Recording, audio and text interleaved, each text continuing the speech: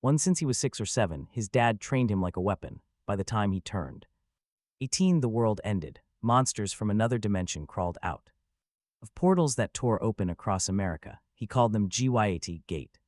Yielded anomalous threat thresholds. Everyone else just called them gates. Cities collapsed and shelters burned. Soon, only 30% of humanity was still alive, and the same day the GYAT gates opened, his father vanished. So, while everyone else was trying to survive the apocalypse, he was searching for one man, his dad, the man who beat survival into his bones before he even knew what he was surviving. Gideon was the kind of man who made silence feel like a loaded gun. His name was Gideon Boone, former Secret Service. Broad shoulders, dead eyes, and the emotional warmth of a locked metal door.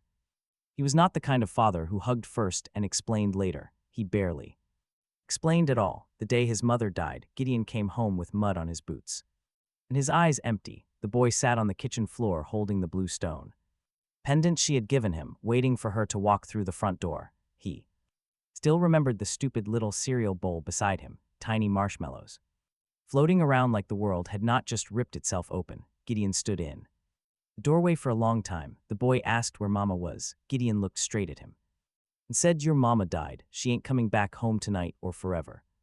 That was it. No soft voice, no kneeling down, no apology. Just a sentence sharp enough to cut the rest of his childhood in half. The next morning, he quit the Secret Service. Then he took the boy into the basement. At first he thought he was teaching him self-defense. At 6 or 7, he thought self-defense meant blocking a shove at school, or maybe escaping some creep-in a parking lot. Cute thought. Gideon had other plans. He made him run until his lungs burned. Then he made him run with weights. Then he made him run after he knocked him down and told him to stop breathing like a scared little rabbit. He taught him how to fall without breaking his wrist. Then he broke his wrist anyway because the boy landed wrong. He taught him how to punch. Then he taught him why punching without protecting his thumb was a good way to lose the thumb. He gave him brass knuckles before he gave him permission to sleep in on weekends. That sounds absolutely brutal, but wait until you understand his father. He did not train for confidence. He trained for survival. If the boy cried, he made him stand. If he complained, Gideon made him repeat the drill. If he asked why, he stared at him until asking felt more painful than the exercise. School was the only place he saw normal kids. They talked about games, dances, anime crushes, and whatever ridiculous drama happened at lunch. He sat there with bruised ribs under his hoodie, pretending he understood what it meant to have weekend plans. One time, a kid named Trevor invited him to his birthday party. The boy said he had training. Trevor laughed, thinking it meant soccer. He let him think that. By middle school, people stopped inviting him anywhere. He was the quiet kid with cracked knuckles and old bruises. Teachers called him disciplined. Other kids called him creepy when they thought he could not hear. He could hear. Gideon made sure of that too. He trained his hearing in the dark basement. He would cut the lights, move somewhere behind him, and order him to point his way. If he pointed the wrong way, his father hit him from the blind spot. Eventually, he stopped making mistakes. That was just how his life worked. Pain came first and the lesson followed. The basement under their house was built like a bunker, even though his father never called. That reinforced walls, a massive door, no windows, and soundproofing packed so deep that a thunderstorm could crack open right above them, and he would not hear a single thing. Gideon said outside noise made people sloppy. The boy thought his father was insane, not movie insane, where the madman laughs at thunder and talks to the birds. But quiet insane, the kind that measures your breathing, noticing when your stance is 2 inches off and simply says, again, like that one word was a lifetime prison sentence. By the time he turned 18, his body had more scars than memories worth keeping. His left shoulder clicked whenever it rained. His right hand had been split open so many times that the skin looked stitched together wrong. His ribs carried little reminders of every day he thought he was fast enough, and his father proved him wrong. And yet he still grew stronger. That was the annoying part. He hated the training, but it absolutely worked. He could drop grown men before they even finished raising their fists. He could run until his vision narrowed and still keep moving. He could take a hit, swallow the pain, and strike back even harder. Honestly, what a brutal way to grow up. One perfectly normal morning, Gideon walked into the kitchen wearing his old gray jacket. He remembered that jacket because he absolutely hated it. Same color as rainwater, same smell of gun oil, laundry soap. and the cheap coffee his father drank like it owed him money.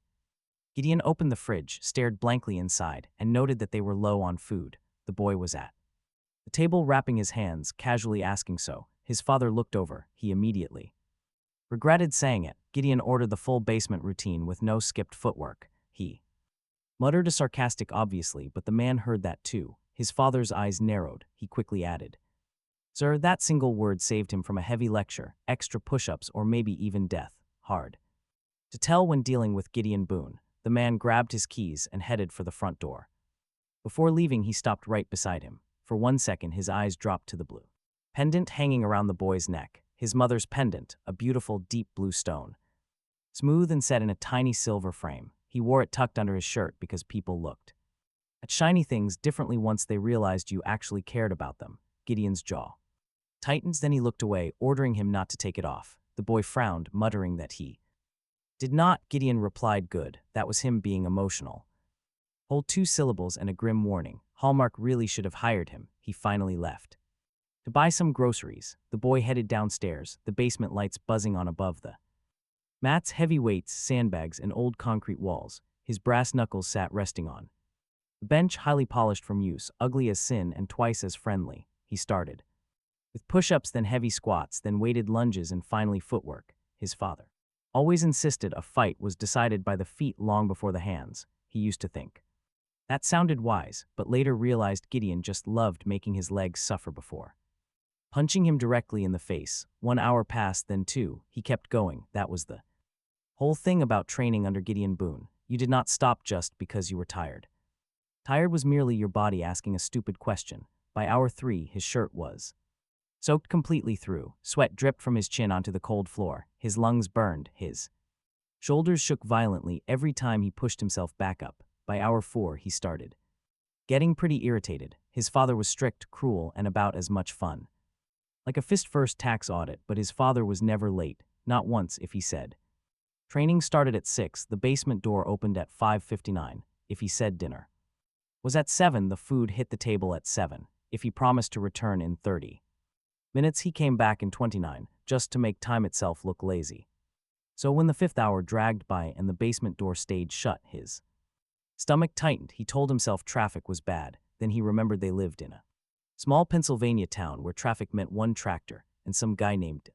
Forgetting how stop signs worked, he kept training anyway because apparently he was totally well-adjusted like that. His arms felt numb, his legs shaking. Hunger had turned from annoying to deeply personal. He took off the brass knuckles, placing them on the bench, then picked them right back up. Something felt wrong. The basement was too quiet, which made 0 sense. The basement was always quiet. That was the whole point, but this silence felt different, heavy, like the house above him was holding its breath. He walked to the stairs. Every step felt louder than it should have. His hand reached for the door handle, then froze. His dad had rules about leaving early. His dad had rules about everything, but his dad was 5 hours late. But look, he finally opened the door. The hallway light was off. Bothered him more than it should have. His dad hated wasting electricity, but he hated darkness in a hallway even more. He said corners were where mistakes waited. The house smelled wrong, metallic, sour, like raw meat left under a hot sink. Stepping into the hallway, he called out for his dad. Silence. The living room was destroyed. The coffee table had been flipped straight through the wall. The couch was torn wide open, white stuffing scattered across the floor like dirty snow. Picture frame lay shattered near his foot. In the photo, his mom was smiling with one hand on his shoulder, his dad standing behind them, looking completely forced into the picture by court order. His grip tightened around the brass knuckles. The front door hung wide open. Wind pushed through the house. Somewhere outside, something screamed. Not a person, not an animal either. It was too deep, too wet, too wrong. His brain tried to understand it and failed so hard he almost laughed. Then he heard chewing from the kitchen. Slow, thick, casual. He crept toward it 1 foot at a time. His dad had trained that into him too. Do not rush blindly. Do not freeze. Breathe through his nose. Read the room. Count exits. Count threats. 1 exit behind him. 1 window broken over the sink. 1 dark smear across the floor. 1 shape crouched near the fridge. At first he thought it was a bear. That would have been nice. A bear made sense. A bear was nature just being rude. This thing had gray skin stretched over a body too long for Itself, its arms bent backward at the elbows, its spine moved under its skin. Like something was crawling inside it, black saliva dripped from its mouth onto their kitchen tile. It was chewing on something red. He did not look long. Enough to figure out what. His brass knuckles slid into place. The creature stopped chewing, its head turned toward him. One yellow eye opened in the middle of its face. The first monster he had ever seen smiled from his own kitchen. The monster moved before his brain finished deciding whether to be afraid. 1 second it was crouched near the fridge, smiling with that single yellow eye. The next, it launched across the kitchen on all fours. His training did. Instinct did what panic could not. His left foot slid back, his shoulders dropped, his fist came up. His dad's voice echoed in his mind as if standing right behind him. Do not admire the threat, break it. So he broke it. His brass knuckles smashed into the side of the creature's face, snapping its head back hard enough to crack against the cabinet. Black spit sprayed across the kitchen tile, its body folded, limbs twisting underneath. For half a second, he actually thought that was it, which was adorable. The monster's neck popped back into place, its jaw split open wider than any creature with bones should be allowed to, and it screamed right into his face. He punched it again and then again. The third hit caved in part of its skull. The fourth blow drove it through the lower cabinets. Wood splintered, plates shattered, a drawer burst open, spilling forks across the floor like the kitchen itself was trying to help. The thing went down. He stepped back, chest heaving, keeping his fists raised. Its arm twitched, then the dent in its skull started pushing outward. The broken bone slid back under gray skin, the split in its jaw sealed with a wet clicking sound. Even the eye he had nearly crushed popped open again, brighter and angrier. He stared. Okay, he muttered, that is just rude. The monster lunged low. He jumped back, but it clipped his leg, sending him crashing into the kitchen table. His hip hit the edge hard. The table flipped. His shoulder slammed into the floor and pain flashed down his spine. The creature scrambled over the wreckage, mouth dripping, arms bending backward like it had learned anatomy from a drunk spider. He kicked it in the throat. It gagged. He rolled, grabbed a kitchen chair, and swung with both hands. The chair exploded across its head. The monster staggered. He drove his brass knuckles into its chest once, twice, 3 times. The impact sank deep in something inside it cracked. The thing screamed. Good. Screaming meant it could hurt.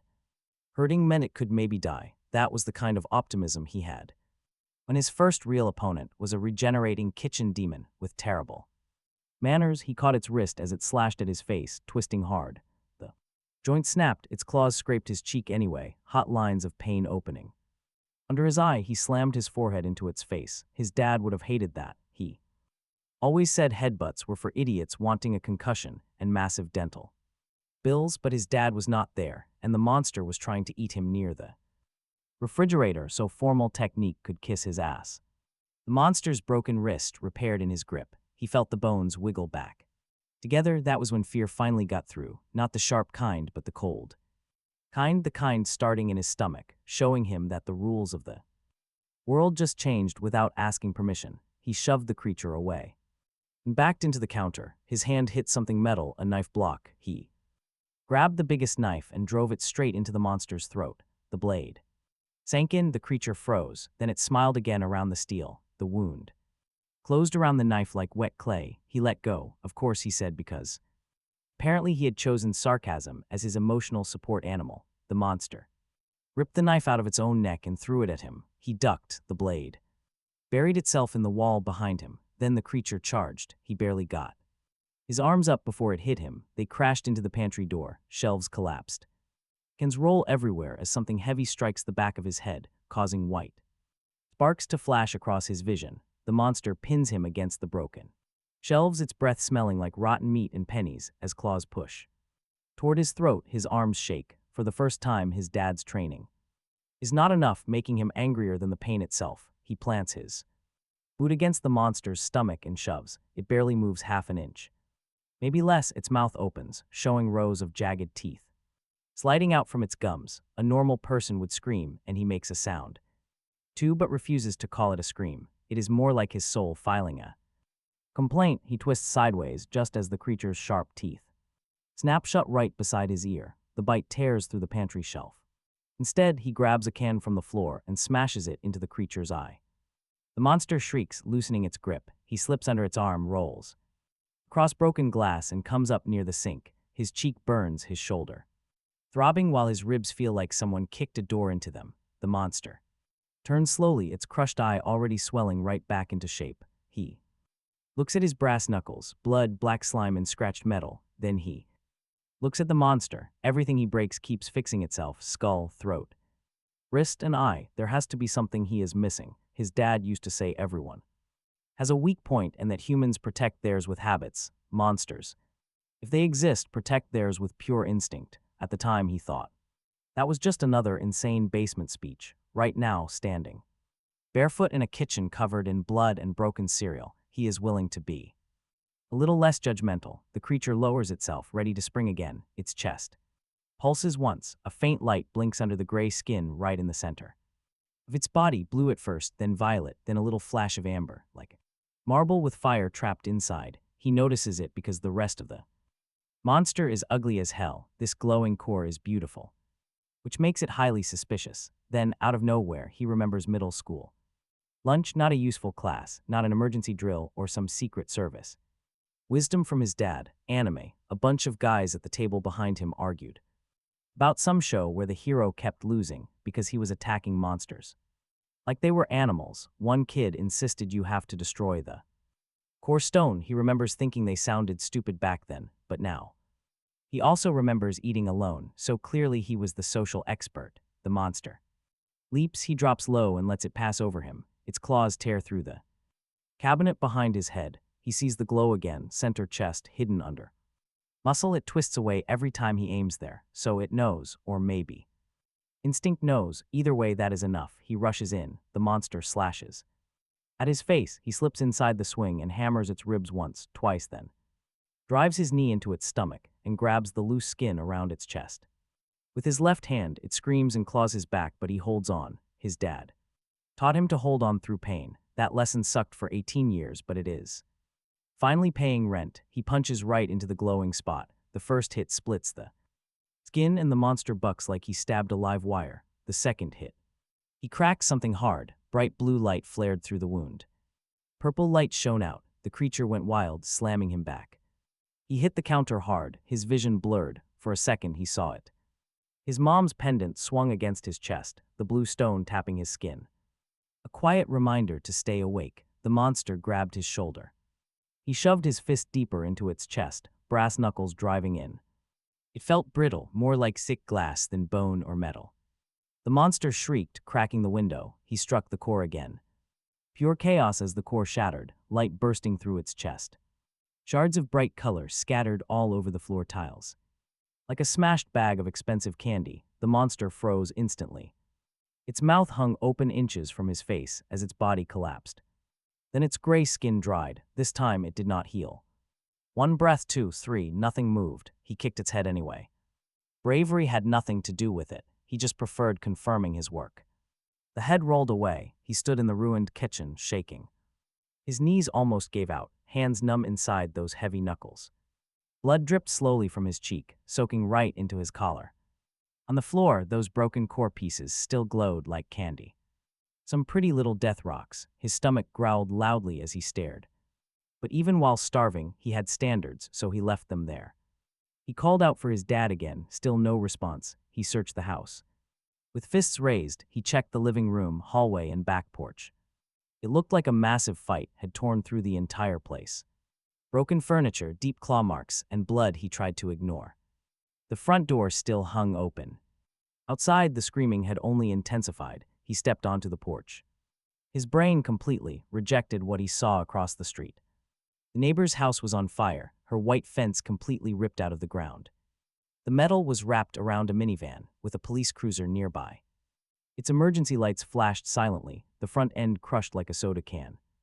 A terrified man ran past his mailbox with blood on his shirt.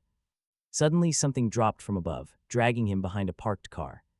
A single wet scream echoed. Down the street, monsters crawled. One of those monsters chewed directly on a small child's backpack. He gripped the porch rail until the wood cracked under his hands. Just look at that sky. A massive rift hung over Blackridge Falls. Lightning crackled inside as giant shapes shifted in the darkness beyond.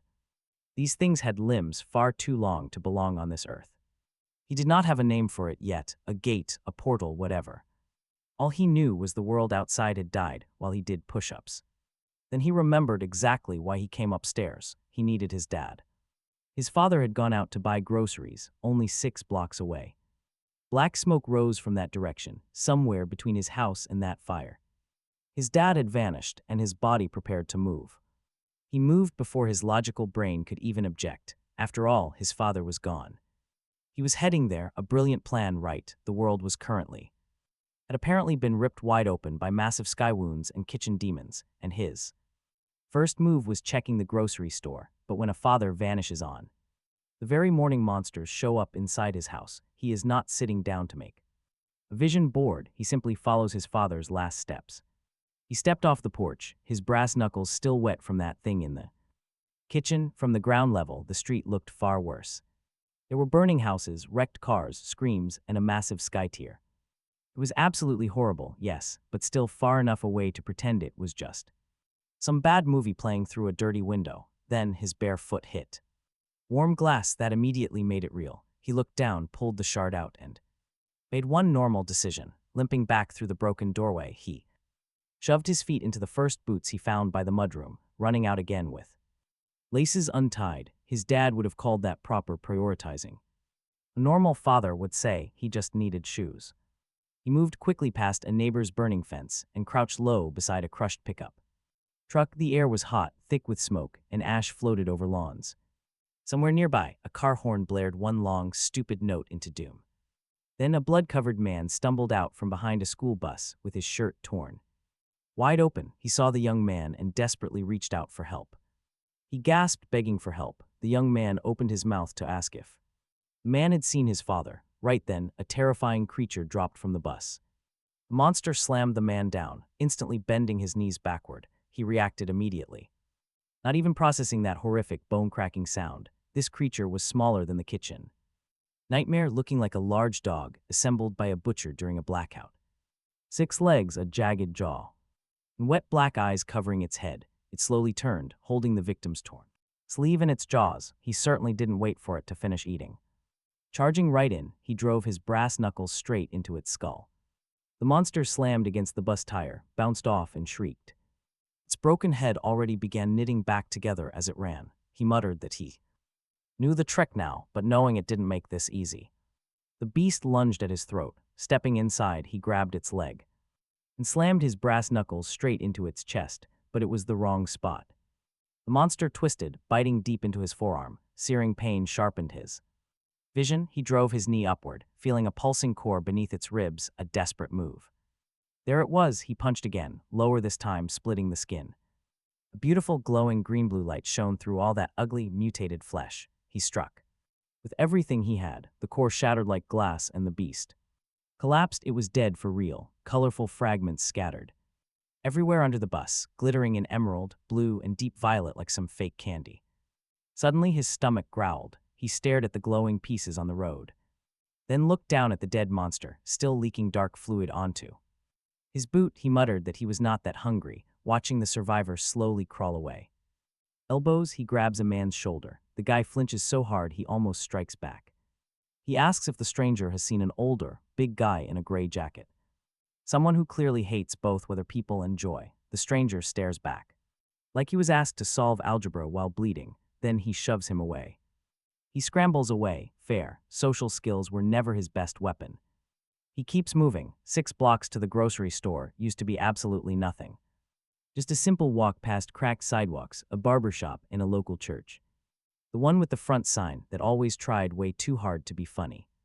Every block feels like a test his father forgot to mention. A woman hangs halfway out of a second-floor window, screaming loudly. She calls out for Ben. A monster crawls up the wall toward her. Sharp claws punch into the siding. Nearby, a car burns in the road. Someone is still moving inside the wreck. 2 people sprint past him. They clutch a duffel bag, completely ignoring the fire. He judges them. Then another scream echoes from the market, forcing him to keep moving. That is the ugly truth. He wants to pretend he was instantly heroic.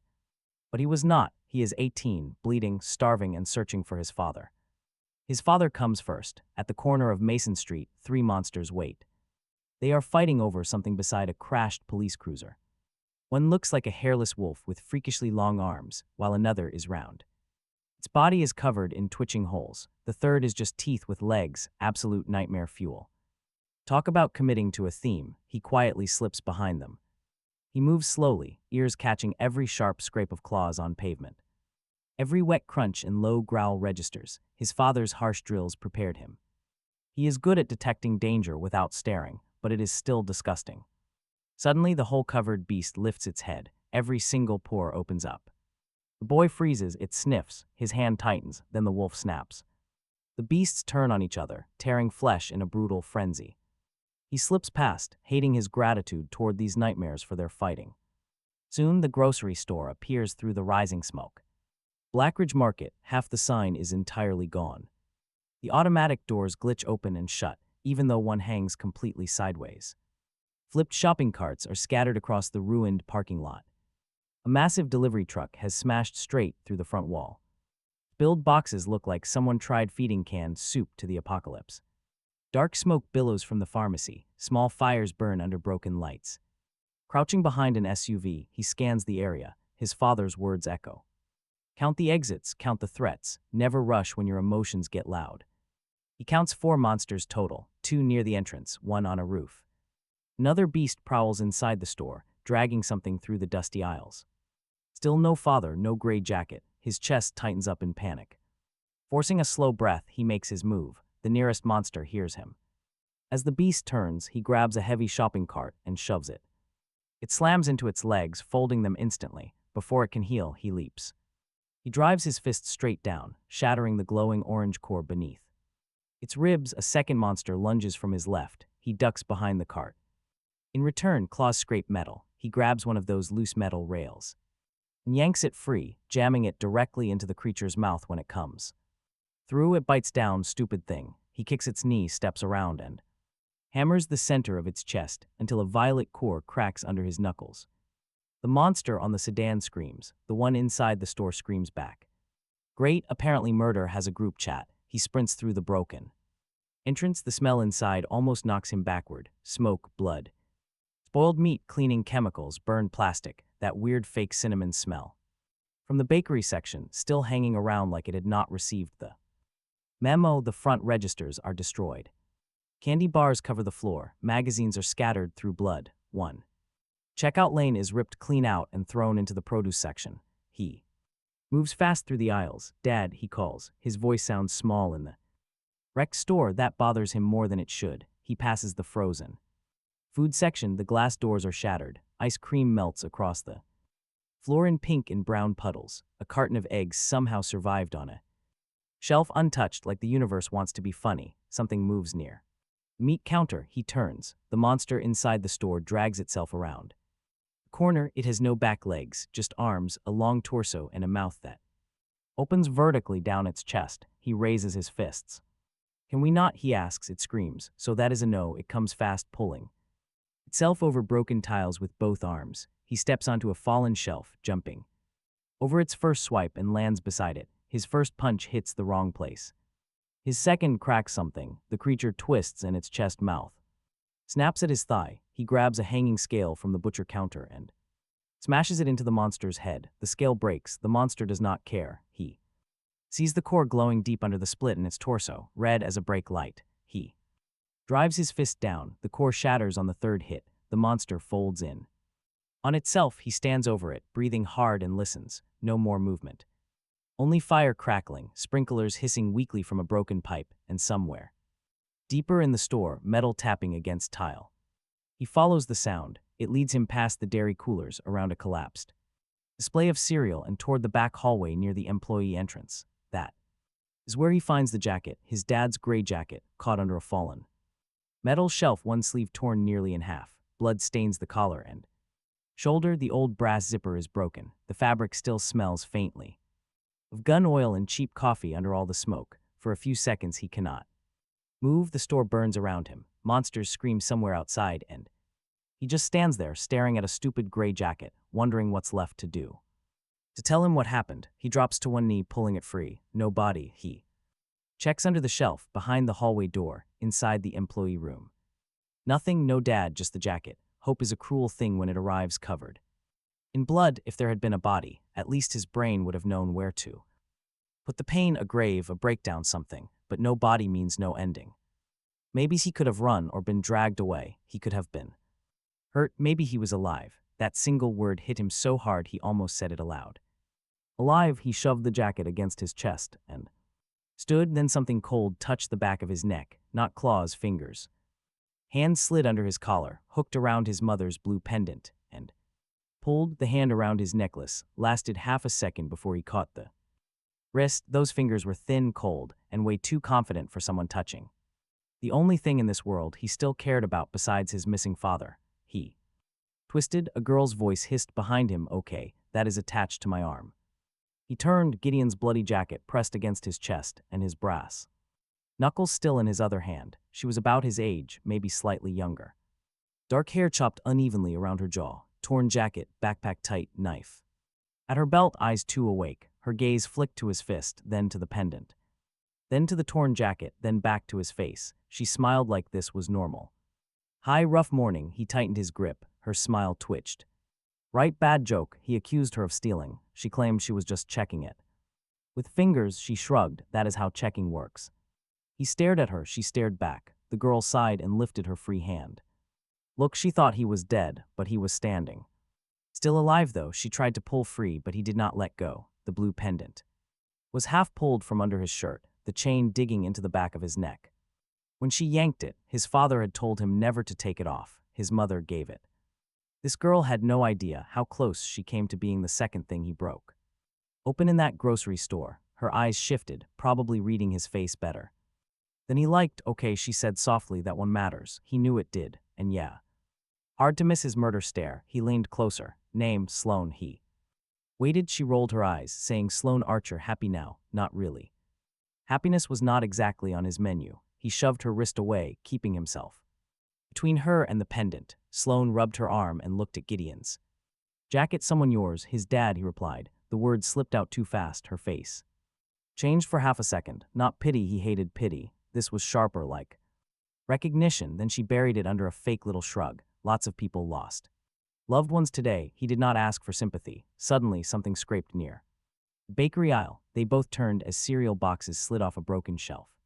One by one, thump, thump, thump, thump. Sloan whispered, asking if that was him. It was not. "Fantastic," she muttered. "Love that for us." A monster crawled over the fallen display. This one was smaller than that kitchen beast, but looked much faster. Long arms, stretched mouth, white skin wrapped tight over ribs. Its belly glowed faintly yellow through the flesh. He saw the center core pulse. Sloan backed behind a register as he stepped forward. The monster screamed and charged. It came at him low. He let it close, shifted sideways, and drove his fist into its shoulder. Bone cracked. It hit a freezer door, bounced back, and was already healing. He grabbed it by the back of the neck and slammed it face first into the checkout belt. The belt still worked for some insane reason. The monster's head jerked forward, riding the rubber toward the scanner like even the apocalypse wanted to price check it, but he just punched through its glowing belly. The core cracked on his second hit. Yellow light burst between his fingers as the monster collapsed heavily across the nearby gum rack. Sloan pointed at the corpse, saying he knew where to hit it. He only guessed once, but it worked. He just kept doing it. Call it brilliant or insane. Most useful things are both. She looked at him differently after that. Useful. Sloan crept out from behind the register, keeping her hands visible this time. Smart girl, a thief, a liar, and a headache with legs. She noted he was looking for his father as he picked up Gideon's dark jacket again. A gray jacket, big older guy. His chest tightened, wondering if she saw him. She saw plenty of people since the store was packed when the monsters hit. People ran everywhere, which was her honest answer instead of a pretty lie. She was pretty good at lying if he wanted that. He stepped closer, prompting her to raise both hands and tell him to relax. She saw someone in a gray jacket near the back doors before the fire spread. A big man who clearly moved like he knew how to fight. That was definitely him. Sloan hesitated, then told him. The man went toward the back alley in the old service road, where a massive bunch of other survivors had successfully fled. He immediately headed for the employee hallway, and Sloan grabbed her backpack to follow. When he stopped, she claimed he was going wrong. While the back alley lay behind the store, she explained that the Service road was past the loading dock, and walking completely blindly down that dark hall would mean getting a direct face full of whatever had dragged half of the poor produce. Guy into the break room, he stared and she stared right back. She knew the area and he punched things. Stopped glaring at her like he was choosing a wall to throw her through. He was not deciding, he had already picked out the freezer. She blinked, then let out a short, surprised laugh that ended quickly. Even so, it was real laughter. Sloane walked right past him, pointing directly to the left door, telling him to stay behind. She quickly looked over her shoulder. It was purely navigation, not flirting. She insisted he absolutely must stay behind if he wanted to avoid the missing floor. He peered down the hallway where part of the tile had collapsed into the basement, one point to the thief. They slowly moved through the messy employee hall, carefully stepping around shattered lockers and spilled detergent, noting massive claw marks gouged into the walls. Inside the break room, he saw what remained of the produce worker and tried to bury that horrific image. Sloane intentionally avoided looking at the horrific corpse, clearly having had plenty of practice. At the loading dock, the back doors were bent completely outward, tire tracks cut deeply through. Spilled flour and blood. Several people had fled this way, though some got caught. He crouched near the tracks, seeing signs of chaos. Yet heavy and deliberate prints remained where someone had walked straight through the wild panic. Sloane nodded toward the service road, suggesting his father either followed the other survivors or something followed him. The street behind the store looked even worse, overturned dumpsters lined the road alongside shattered delivery pallets and a dead monster with its chest torn open and core missing. Kellen stares at the empty hole while Sloane watches him. She explains people started taking them because they are pretty and tradable. And supposedly magic. Well, until one fool ate one and died foaming. So naturally, everyone wants them now. Kellen looks at the dead monster. Those cores in the kitchen looked like candy. Now his stomach growls. Sloane glares at him. Please tell me you didn't actually eat one. He did not. Good, she says. She would hate to see him die before being useful. How touching, he mutters. Suddenly, a human scream cuts through the quiet alley. It came from the east. Sloane flinches, trying to hide it. Kellen notices. She points out an old storm drain path nearby. It leads behind the church where people are heading. Could his dad be there? Maybe. If he is alive, he'd head there. Kellen insists they go together. Sloane knows the route, and Kellen is the only one who can kill these beasts. She looks back at him and admits she is looking for her sister. The answer comes too fast to be a lie. Her playful mask drops completely. Just a terrified girl in a torn jacket, gripping her backpack strap. She needs to stop her hands from shaking. Her name is Macy. Macy was near the west side when the sky ripped open. She is checking every single survivor group she can find. Kellen understands that pain all too well. Honestly, who wouldn't in this nightmare? He offers a simple bargain to help find Macy if she guides him.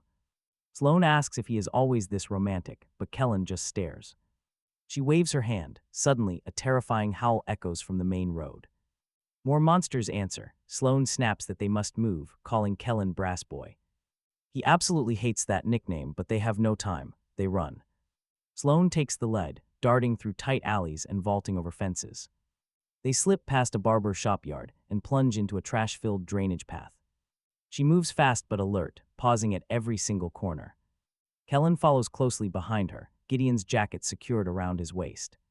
His pendant is safely hidden. Suddenly, monsters cross near them. The first time, Sloane yanks him behind a van before he can charge.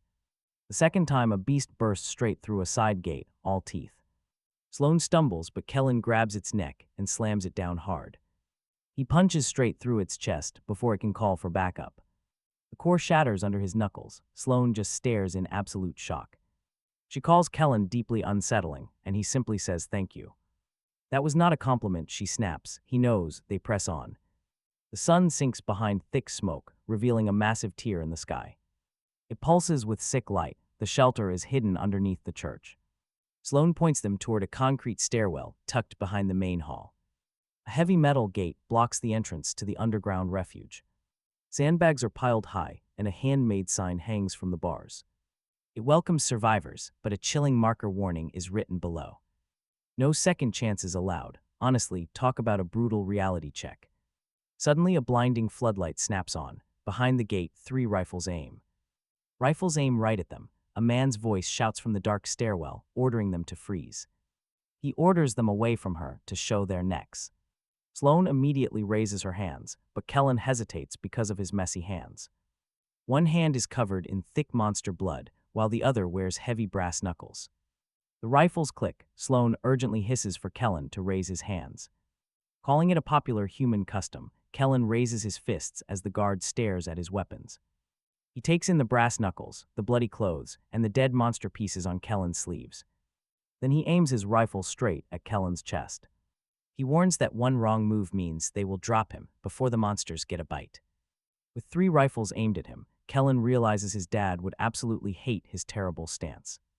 He is too stiff, too exposed, with far too much weight on his back foot. An oddly specific thing to worry about while armed strangers decide his fate. Outside a church basement, the guard behind the gate barks at him to show his neck. Kellen glances at Sloane, wondering aloud why everyone keeps trying to grab his neck today. Keeping her hands raised, Sloane whispers back that they are checking for bites. When Kellen mentions he was bitten earlier, her head snaps toward him in pure panic. She orders silence as the weapons tighten. A harsh floodlight burns into Kellen's eyes. Behind the metal gate, scared faces watch them. He spots dirty clothes, bloody bandages, and a kid clutching a toy.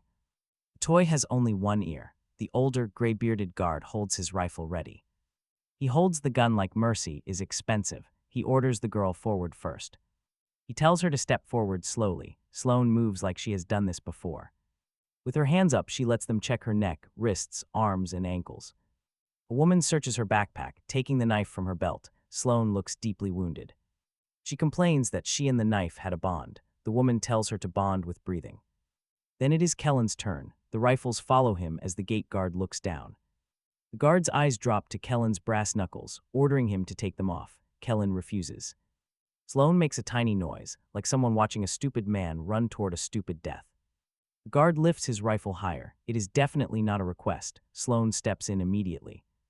She steps in before things turn deadly, explaining that he killed monsters with those weapons. Kellen is too busy surviving to count. The guard asks if that should comfort him. Sloane reassures him that Kellen is not sick, just weird, which Kellen dryly thanks her for. The guard orders Kellen to show his arms. He complies because getting shot would delay his plans. He needs to find his dad. The guard spots cuts on Kellen's cheek and torn skin on his forearm. Seeing blood on Kellen's shirt, the guard snaps his rifle toward Kellen's face, questioning a mark. When Kellen admits a monster tried to bite him, Sloane kicks his ankle hard and fake laughs. She treats it like a charming joke, rather than something that could get them executed. She insists it was a failed bite, pointing out it is just a scrape. The guard inspects it with a flashlight. Luckily, the injury looks like a simple mechanical scrape. Like he lost an argument with broken machinery, slowly, the guard pulls back. He lowers his rifle slightly, warning that sweating black means getting shot. Sloane quips that Kellen already talks funny, making him stare at her in disbelief. She whispers that she meant herself. The gate opens, revealing a heavy-smelling shelter. The air inside smells of fear, sweat, old candles, and too many crowded bodies. It is no shelter, just a church basement packed with sandbags and folding tables. Pews are dragged against the walls, while emergency lights flicker overhead. Families crowd together, shoulder to shoulder. A handwritten sign near the stairs reads, "Check wounds, 1 ration per person, no fighting." Below that, someone added another warning, "Seriously, no fighting." He stared at that second line, thinking it sounded less like a rule and more like a prayer. The woman who searched Sloane shoved half a granola bar into his hand. She called it dinner, he scoffed, calling it barely a single bite. "Then chew slow," Sloane muttered, tucking her own ration away. "You get used to it." He did not want to get used to this. "Great," she sighed, "file a complaint then." He almost asked where that form was. Progress, probably. They gave them a spot near a drainage pipe and some old hymnals. The concrete floor was freezing. The walls dripped with moisture. A man nearby prayed so fast his words tangled. Together, 2 teenagers fought over a can of peaches until their mother smacked both of them with equal disappointment. Sloane sat with her back against the wall and immediately scanned the crowded room. He stayed standing. "Sit down," she muttered. He insisted he needed to ask about his dad. She warned him to stop looking like he wanted to murder the room. He protested, but his expression said otherwise. Sloane stood up before he could argue, heading to a folding table where people scribbled names on scraps of paper, missing, found, and the dead. Nobody laid it out that cleanly, but the grim categories were incredibly obvious. Sloane took charge of the talking, which secretly bothered him. She leaned right over the table, asking the clerk if anyone arrived wearing a gray jacket. An older man with a large build, possibly injured, traveling the service road after. Blackridge Market was hit. The clerk barely looked up, saying half the town arrived. Injured, Sloane described him as a quiet, scary, former military type who seemed to judge your breathing. He frowned, admitting that was accurate. She pointed to the wall, telling them to write his name. He stepped forward, saying Gideon Boone. The woman paused. For one foolish second, hope flared inside him. Then she shook her head, claiming she did not know him. Hope sat back down and kicked him in the ribs. Sloane wrote Gideon Boone on the board. Underneath, she added Mackie Archer. Her hand visibly slowed on the second name. For the first time, he saw her look scared without her usual tough attitude. He asked if that was her sister. Sloane capped the marker, saying yes. She was 22 and looked like Sloane, but less annoying. He muttered that was impossible. She stared right at him. He realized too late that sounded like flirting or an insult. Sloane's mouth twitched. She teased that he was terrible at this. Before he could speak, someone bumped his shoulder hard. He turned to find 3 guys behind him, looking way too clean. Compared to everyone else, they had claimed a corner of hell, acting like kings. The biggest thug had a shaved head and a fresh bandage slapped over his ear. His greedy eyes locked onto his chest, where a glowing blue stone pendant had slipped out against his blood-stained shirt. The bald guy smirked, calling it a pretty little rock. He immediately covered it with his hand. The thug smiled, telling him to relax. Do not touch it, the crew laughed. Sloane's expression shifted instantly. She knew the danger, stepping up to warn them. The bald guy completely ignored her. He demanded an entry tax from the newcomers. The room quieted in a tense silence. The way crowds always do when they smell entertainment but want no responsibility. Meanwhile, the gate guard was across the basement, arguing with someone. Near the stairs, the bald guy reached for the pendant, but Kellen caught his wrist. Same move as Sloane, but with a different outcome. He winced, trying to look tough. The guy asked if he had a problem, and Kellen said yes, then looked at his hand. He looked down too. Kellen said that was the problem, just as one thug stepped behind him. Sloane whispered for Kellen to stop. The bald guy yanked his wrist free, grinning. Look. At this, he mocked. The basement psycho thinks he owns jewelry. Then he snatched the chain. For 1 second, everything in the shelter went dead silent inside Kellen's head. The chain snapped and the blue pendant landed in his palm. His mother's pendant. His father's voice came back. Do not take that off. Kellen held out his hand, demanding it back. The bald guy dangled it from 2 fingers, asking or what. Kellen asked just once, which would matter to him later. Maybe one warning was not enough in a shelter packed with terrified people, but with his father's bloody jacket tied around his waist and his mother's pendant swinging in another man's hand, that single warning felt incredibly generous. The bald guy laughed, and Kellen put on his brass knuckles. Sloane exhaled that he was so dead, and Kellen punched him in the mouth. Not at full power. His lips split, teeth clicking together as he tumbled backward over a folding chair and crashed straight into a table of ration cans. The pendant flew up. Kellen caught it with his left hand as the first friend grabbed his shoulder from behind. Kellen drove his elbow into the guy's ribs, turned, and kicked his knee sideways. He dropped with a sickening sound that made several people in the room suddenly find religion again. The third thug pulled a pipe from under his coat, and Kellen looked at the pipe, then at him, then at the pipe again. The guy hesitated, smartest man in the group but still too slow. He swung, but Kellen stepped inside, catching his wrist and punching his forearm. The bone cracked instantly and the pipe clanged to the floor. He screamed and tried to run, so Kellen helped by throwing him into the hymnals near their sleeping spot. The bald guy crawled back up, blood pouring over his chin. He saw the pendant back in Kellen's hand and lunged, as if pride had eaten his survival instinct. Kellen grabbed the front of his shirt and slammed him hard against the wall. Beside the missing person board, names fluttered and people shouted as Sloane moved fast, snatching papers before they fell into spilled water. Kellen pressed his brass knuckles tight under the bald guy's jaw. His eyes went wide. Kellen warned him to touch it. Again he swallowed, and Kellen leaned closer, telling him that was not a question.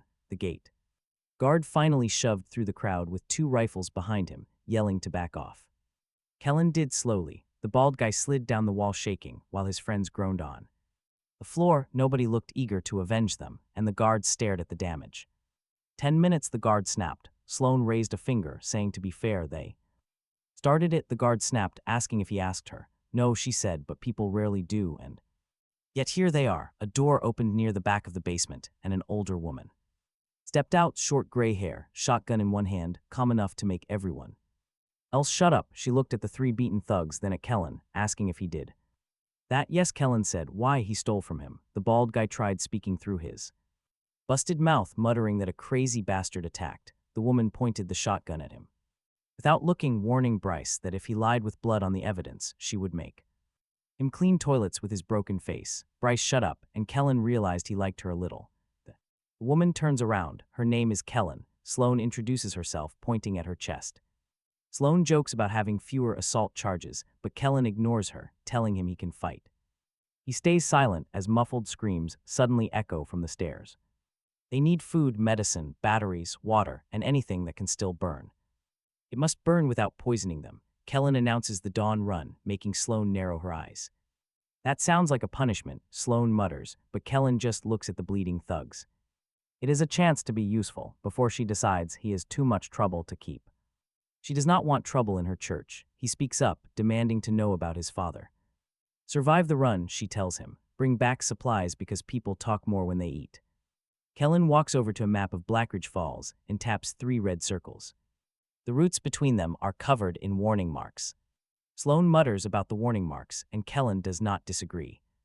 Those are the places people never return from, Kellen warns, tapping the largest circle. She orders them to head there at dawn. Morning arrives with a cold rifle pressing his back. He only has half a granola bar in his stomach as Kellen raises her shotgun. She opens the church gate, pointing them toward the smoke-filled streets. Hit the pharmacy first. Clear the hardware store next, then the water station. Bring back crucial medicine. Get batteries, tools, and water, but run if the big monsters show up. Sloane raises a hand. Sloane asks what if they see smaller beasts, and Kellen points directly at him. He has basically been promoted from dangerous outsider to a mere human shield.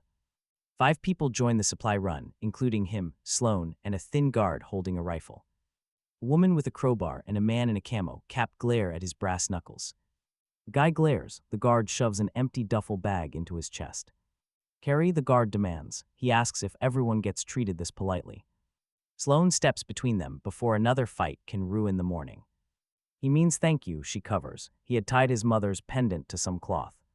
He hides it under his shirt, keeping the broken chain in his pocket.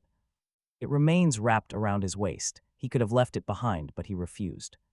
If his father's trail goes cold, that jacket is all he has. Dawn reveals a broken town. Smoke crawls between ruined buildings, and abandoned cars litter the empty streets. Doors hang wide open. A stroller lies upside down, its single wheel spinning in the wind. The pharmacy sits 2 streets over, sandwiched between a laundromat and a nail salon. A broken pink sign hangs by a few loose wires near the shattered front window. The front window is shattered, and the word help is painted in red. The camo cap guy whispers, asking if it is blood. Sloane squints, guessing it might be paint. It is definitely blood, he says, earning cold glares from the rest of the group. Inside, the shelves are bare. All the painkillers are completely gone. Antibiotics are gone. People had grabbed anything with a medical label. Sloane finds 2 inhalers behind the counter and tosses them into his bag. She mentions the shelter kids are wheezing out there like broken old lawnmowers. Suddenly, a scraping sound echoes from the ceiling, forcing the guard to raise his rifle. A pale monster drops from the ceiling tiles, landing heavily on all 4s. Its abnormally long fingers stretch wide, and its sealed mouth suddenly rips open. The guard fires. The bullet tears through its shoulder, but the wound instantly heals. Before the sound fades, the beast lunges forward, and he quickly darts across the aisle. He smashes his fist right under its jaw. The beast slams into the counter, rolling over and coming up with a nasty hiss. A soft blue light pulses beneath its chest. He grabs its neck, pinning it against the wood, and punches straight through the center, the core. Cracks instantly. The creature slumps across the pharmacy. Matt that bids them a healthy day. He stares down at the ironic words. Bad timing, he mutters. The camo cap guy just stares at the corpse. The guy asks how he knew where to hit. It glows, he answers. You didn't see. That, the man shakes his head, while the crowbar woman whispers she saw a flash. Sloane watches him instead of the monster, which actually bothers him more than the dead beast. They pocket what little medicine remains before moving on to the hardware store.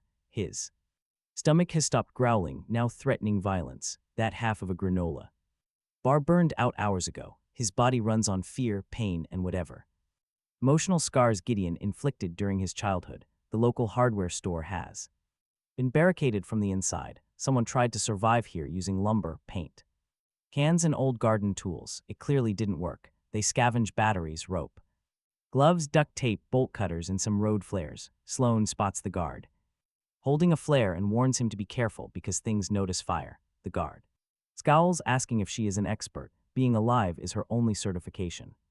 Suddenly, something slams into the back wall. Shelves rattle, paint cans topple over, spilling red, white, and blue across the concrete. A patriotic end of the world. Talk about morbid irony. A massive monster suddenly bursts straight through the storage room door. Two massive legs support it, with arms dangling past its knees. Head split into 3 vertical plates, opening and closing to reveal wet teeth. Inside, the guard fires wildly, but his bullets just melt away under healing skin. He spots the core immediately. It is bright amber, buried deep in the center of its torso. Move, he yells. Nobody reacts, so he makes the play. The beast charges. He rolls under the first swing, feels the floor shatter behind him, and drives both brass fists right into its knee. The joint snaps sideways. The beast roars and drops low enough for him to reach the chest. Then it backhands him through a shelf, crashing hard into garden hoses and metal pipes. For a second, everything goes completely dark. Sloane screams his name. He pushes himself up as the beast crawls toward a terrified guard who stands frozen with a shaking rifle. He grabs a loose crowbar, hooks the creature's ankle, and yanks hard. The crowbar woman rushes in from the side, slamming her weapon deep between its ribs. The monster swings toward her. He scrambles onto its back, wraps an arm around its neck, and hammers his fist into the chest, once, twice, until the amber light flares. The monster slams backward into a heavy shelf, crushing him under agonizing weight. His ribs scream. He tastes blood but keeps punching. His dad's training had plenty of issues, but when it came to moving when your body wanted to quit, that abusive bastard was a twisted genius. The core finally splits, bursting with brilliant amber light and shards of green. The monster collapses, and so does he. Sloane kneeling, she asks if he is alive, working on it. The camo cap guy shoves past them, scooping several glowing shards into his pocket. Sloane snaps at him to leave them, but he ignores her. He is far too exhausted to fight back. That would be his first major mistake. The store has 0 food, not even a dusty bag of dog treats. By the time they reached the water station, Kellen's hands were shaking. His cheek had opened up again, and his stomach felt like it was eating itself out of spite. The water station used to be a pump building beside a fenced lot of storage tanks. Now the fence was torn open, and the tanks were dented like something massive had used them for drums. Inside, they found sealed water cases. They also found 3 bodies. One had a shelter badge. Their chests had been ripped open. Human bodies had no cores, so whatever did this had been searching for something else. They loaded the water. Then Kellen spotted the shard near the pump controls, a broken core piece no bigger than hard candy, blue ruby at the edges, beautiful, brittle, and stupidly edible looking. His mouth filled with saliva before his brain had time to be disgusted. Sloane saw his face. Though he said nothing, she called him out. Staring like it was dessert, he argued starvation. Sloane warned him someone died foaming at the mouth, but people eat bad sushi all the time. Sloane called it his absolute worst excuse. He picked up the warm shard anyway. Sloane grabbed his wrist, calling his name. For once, she used his real name instead of teasing him. That should have stopped him. It almost did, but then something heavy shifted outside the pump house. A monster growled near the fence, and another answered from the tanks. The guard cursed. They were loaded with supplies, surrounded, and Kellen could barely stand straight. He stared at the core, thinking of Gideon's jacket tied round his waist and dying hungry before finding his father, so he bit down. The shard cracked between his teeth like sugar glass. For half a second it tasted sweet, then turned to pure fire. He hit the floor before realizing he had fallen. His throat locked, his chest seized, and every scar on his body lit up like burning, boiling wire in his veins. Sloane shouted, but her voice stretched thin and far away. Then the world got way too loud. He heard the guard's heartbeat and the crowbar woman breathing through her teeth. The camo cap guy whispered in horror as claws scraped concrete outside the building. 3 sets, no 4, with one on the roof. He opened his eyes, seeing sharper dust in the air, cracks in the floor, sweat on Sloane's temple, and the tiny tremble in her fingers as she held his shoulder. The pain remained, but it Became useful. He pushed himself up as Sloane stared, calling him an absolute idiot. There was no time. The roof caved in, and a monster dropped through. Open, Kellen moved before it landed, his fist slamming exactly where its core. Pulse not guessed but felt. The core shattered instantly, and the monster hit the floor dead. For one brief second, he thought he discovered something incredible, but then the camo cap guy shoved a green shard in his mouth. Sloane screamed for him to stop, but it was too late. He chewed once. Black veins spread up his neck. He clawed his throat and dropped to his knees, choking so hard that blood sprayed between his teeth. The guard tried to help him. The crowbar woman backed away crying. Then his eyes rolled back. His body slammed against the floor, shaking violently. Meanwhile, the monsters outside slammed against the pump house door. The guard stared at the convulsing man, then at the door, and finally at the water. He made his desperate choice. Run, they scrambled. The guard and the crowbar woman dragged him for 3 steps before his body convulsed. They dropped him. The door buckled inward. Sloane yanked him through the side exit. He looked back once.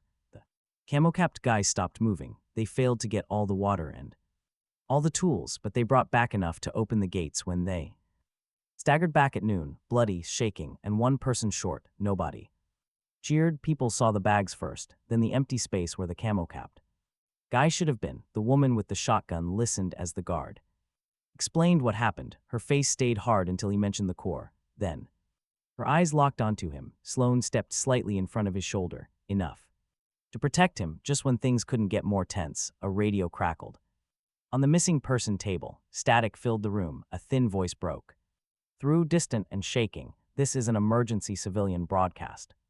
Local active zone survival estimates are falling below 30% in multiple affected counties. Repeat, active zone estimates below 30%. Shelters are advised to consolidate immediately. Avoid open roads. Avoid major light sources. Do not approach unstable gates. The broadcast dissolved back into static, total silence. He stood there with monster blood coating his hands, a dead man's scream ringing in his ears and a new burning power pulsing under his skin. Below 30% in active zones. The voice on that radio did not say the whole planet, but it didn't sound like the difference mattered. That grim number hung over them like a death sentence waiting for signatures.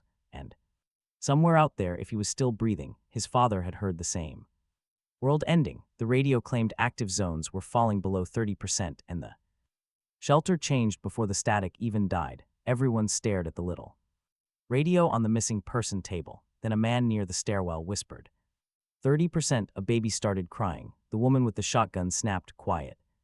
Nobody listened. Panic swept through that basement faster than wildfire. Absolute chaos. People grabbed bags, children, and weapons, arguing about leaving or staying, sealing the doors, or trusting other shelters. He stood there with monster blood on his hands and the taste of that core burning in his mouth.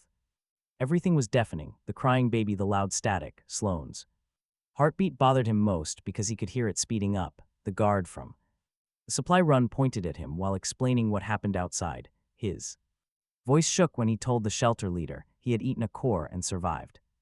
That was when the room found a new thing to fear him. People stared at the empty space where the camo-capped guy should have been, then at his face, then at his hands. He wanted to say something normal, to sound less like a monster who had eaten a magic rock and come back with groceries. What came out was, "I do not recommend it." The shelter leader stared at him. "You can still stand?" "Yes, and after eating it, you killed one of those things." "Faster?" "Yes." Her eyes sharpened. "Cold." That was the look people got when they stopped seeing a person and started seeing equipment. She said, "Then you go again tomorrow." Sloane stepped forward, protesting that he almost died. The woman pointed toward the ration crates they had dragged back. "So did everyone who didn't eat." Someone argues he is not a pack mule, but the cold woman only replies that it makes him useful.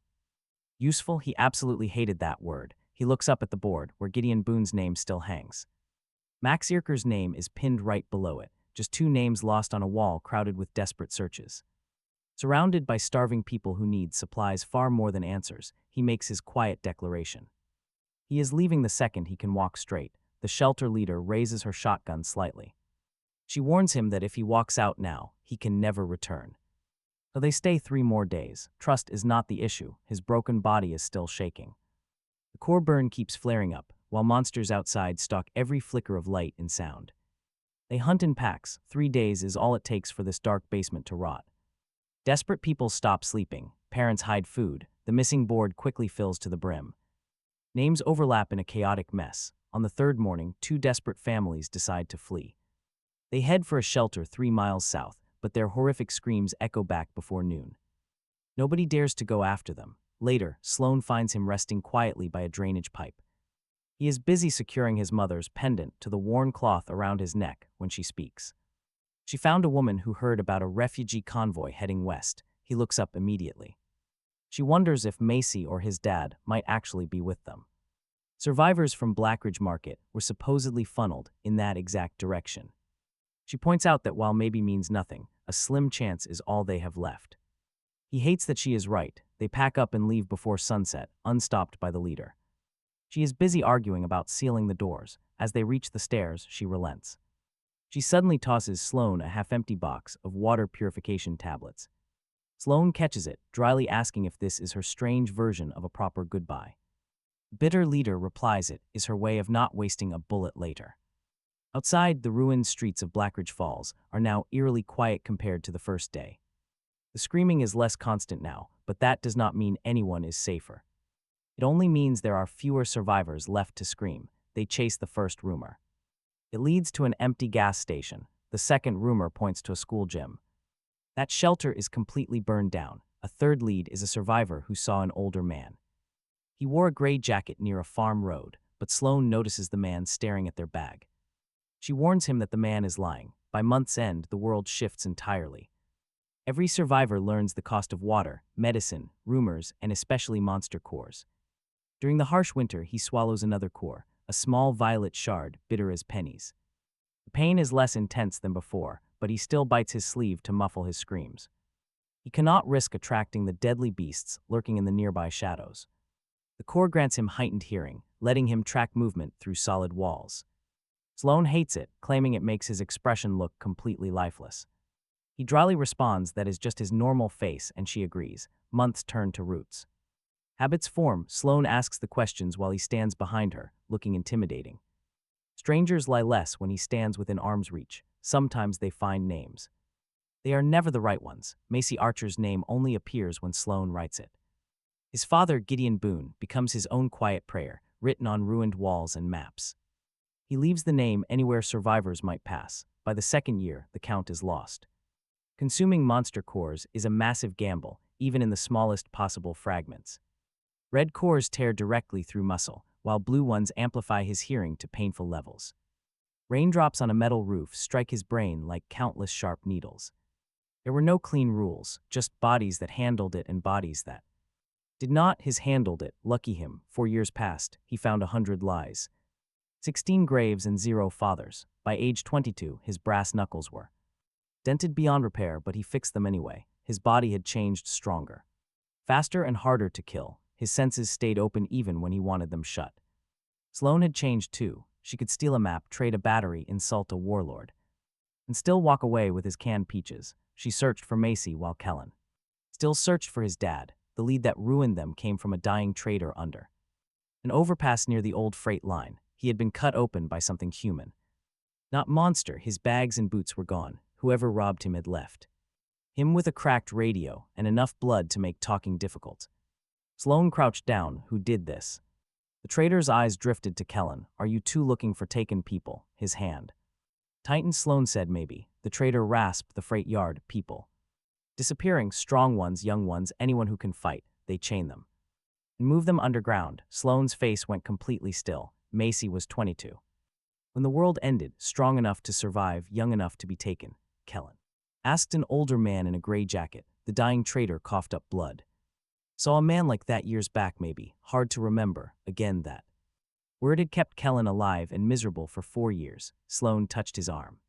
Before he could shake answers out of a dying man, he is done. The trader grabbed her sleeve, warning them not to follow the hooks. Then he died. Kellen looked down the freight road. On a concrete pillar, someone had painted a fresh black hook symbol. A trap. Sloane said, yes, they should leave, or they should look. That is how people become missing board decorations, if they are taking people alive. Then someone might know Macy. Sloane hated that because it was her own hope thrown right back at her. They moved after dark, the freight yard smelling like rust. Rain and old blood, boxcars sat open along the tracks, chains hung from one. Of those cars, a lantern burned near the center of the yard, way 2. Obvious, a boy was tied to a stop sign beside it, looking no older. Then 15, he looked up, saw them and whispered, "Help." Sloane grabbed his sleeve. "Kellen, I know it is bait, but you are still going." He looked at the boy's bloody wrists, then at those dark boxcars, then at those dark boxcars, then at Sloane. Yes, she cursed under her breath and pulled her knife. Kellen walked into the open. The first man emerged from behind the lantern with a chain. The second dropped from the top of a boxcar. The third stepped out with a crossbow. They were too calm. The man with the chain smiled. "Brass knuckles, good, boss pays extra for interesting," Kellen said. "Untie the kid." He laughed so Kellen broke his jaw. The second guy landed behind him. He turned and drove his elbow into the throat, slamming his face into the side of the boxcar. The crossbow fired. He shifted, and the bolt cut across his shoulder. Instead of his chest, Sloane slashed the guy's wrist. He screamed as Kellen kicked him into the lantern. Fire spilled. For one moment he thought they had it. That was usually when life corrected him. A man stepped out from the far boxcar, big, calm, dark coat, with a scar across his. He had no weapon in his hands. He did not need one. The 3 men our boy had beaten stopped groaning when they saw him. Even Sloane went quiet. The big man looked at the broken lantern, the bleeding thugs, then our boy. "Alive," he said. Just one word. Our boy rushed him first. Great plan if he were normal. He was not.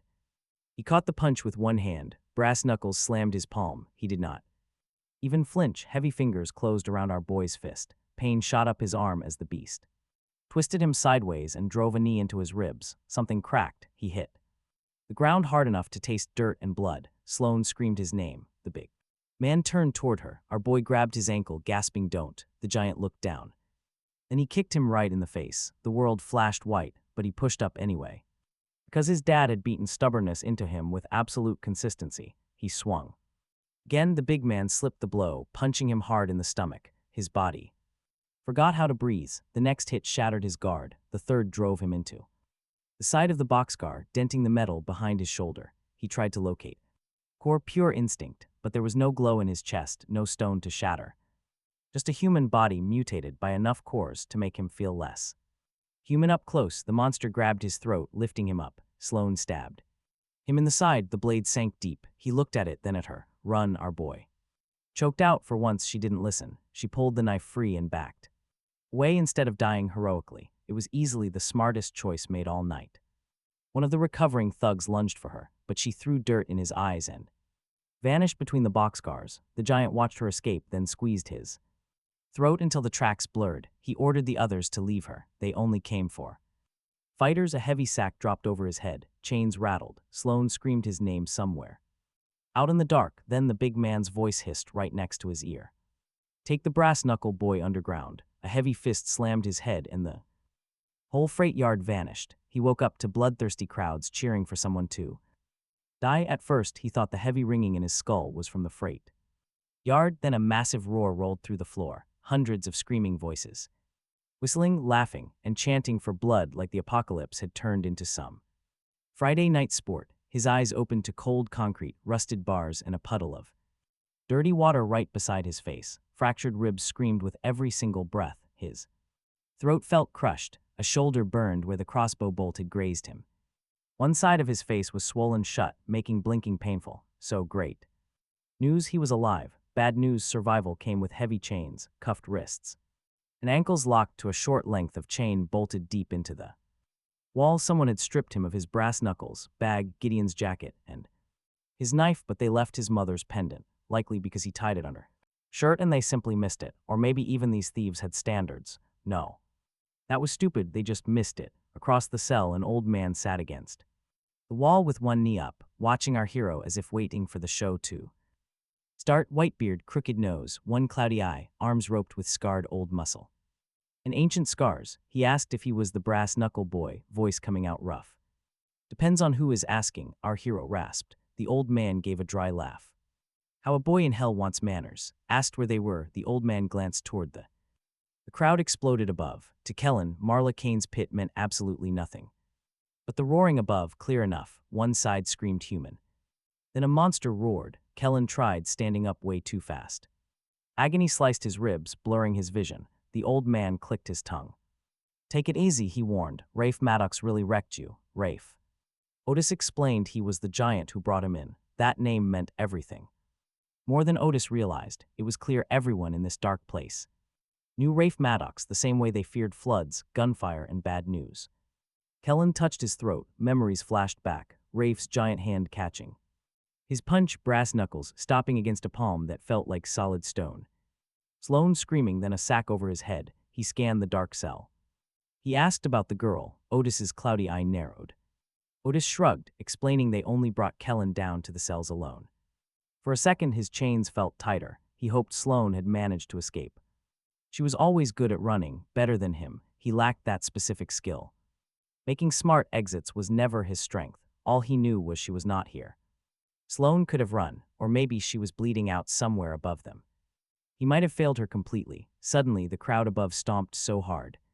Dust rained down. Otis introduced himself, but Kellen stayed dead silent. Otis pointed 2 fingers, asking for his name. Kellen only offered his first. Otis raised his hands, chains clinking. He joked about Kellen being mysterious. A popular combination in these cells. Suddenly, a heavy metal door opened nearby. Heavy boots approached. Immediately, the surrounding cells went dead silent. The silence was terrifying. 4 guards marched past, dragging a prisoner. The shirtless man was bleeding heavily from his mouth, desperately fighting back his captors. He dug his heels into the concrete, crying out and begging them to stop. He screamed that he fought yesterday, but a guard just laughed.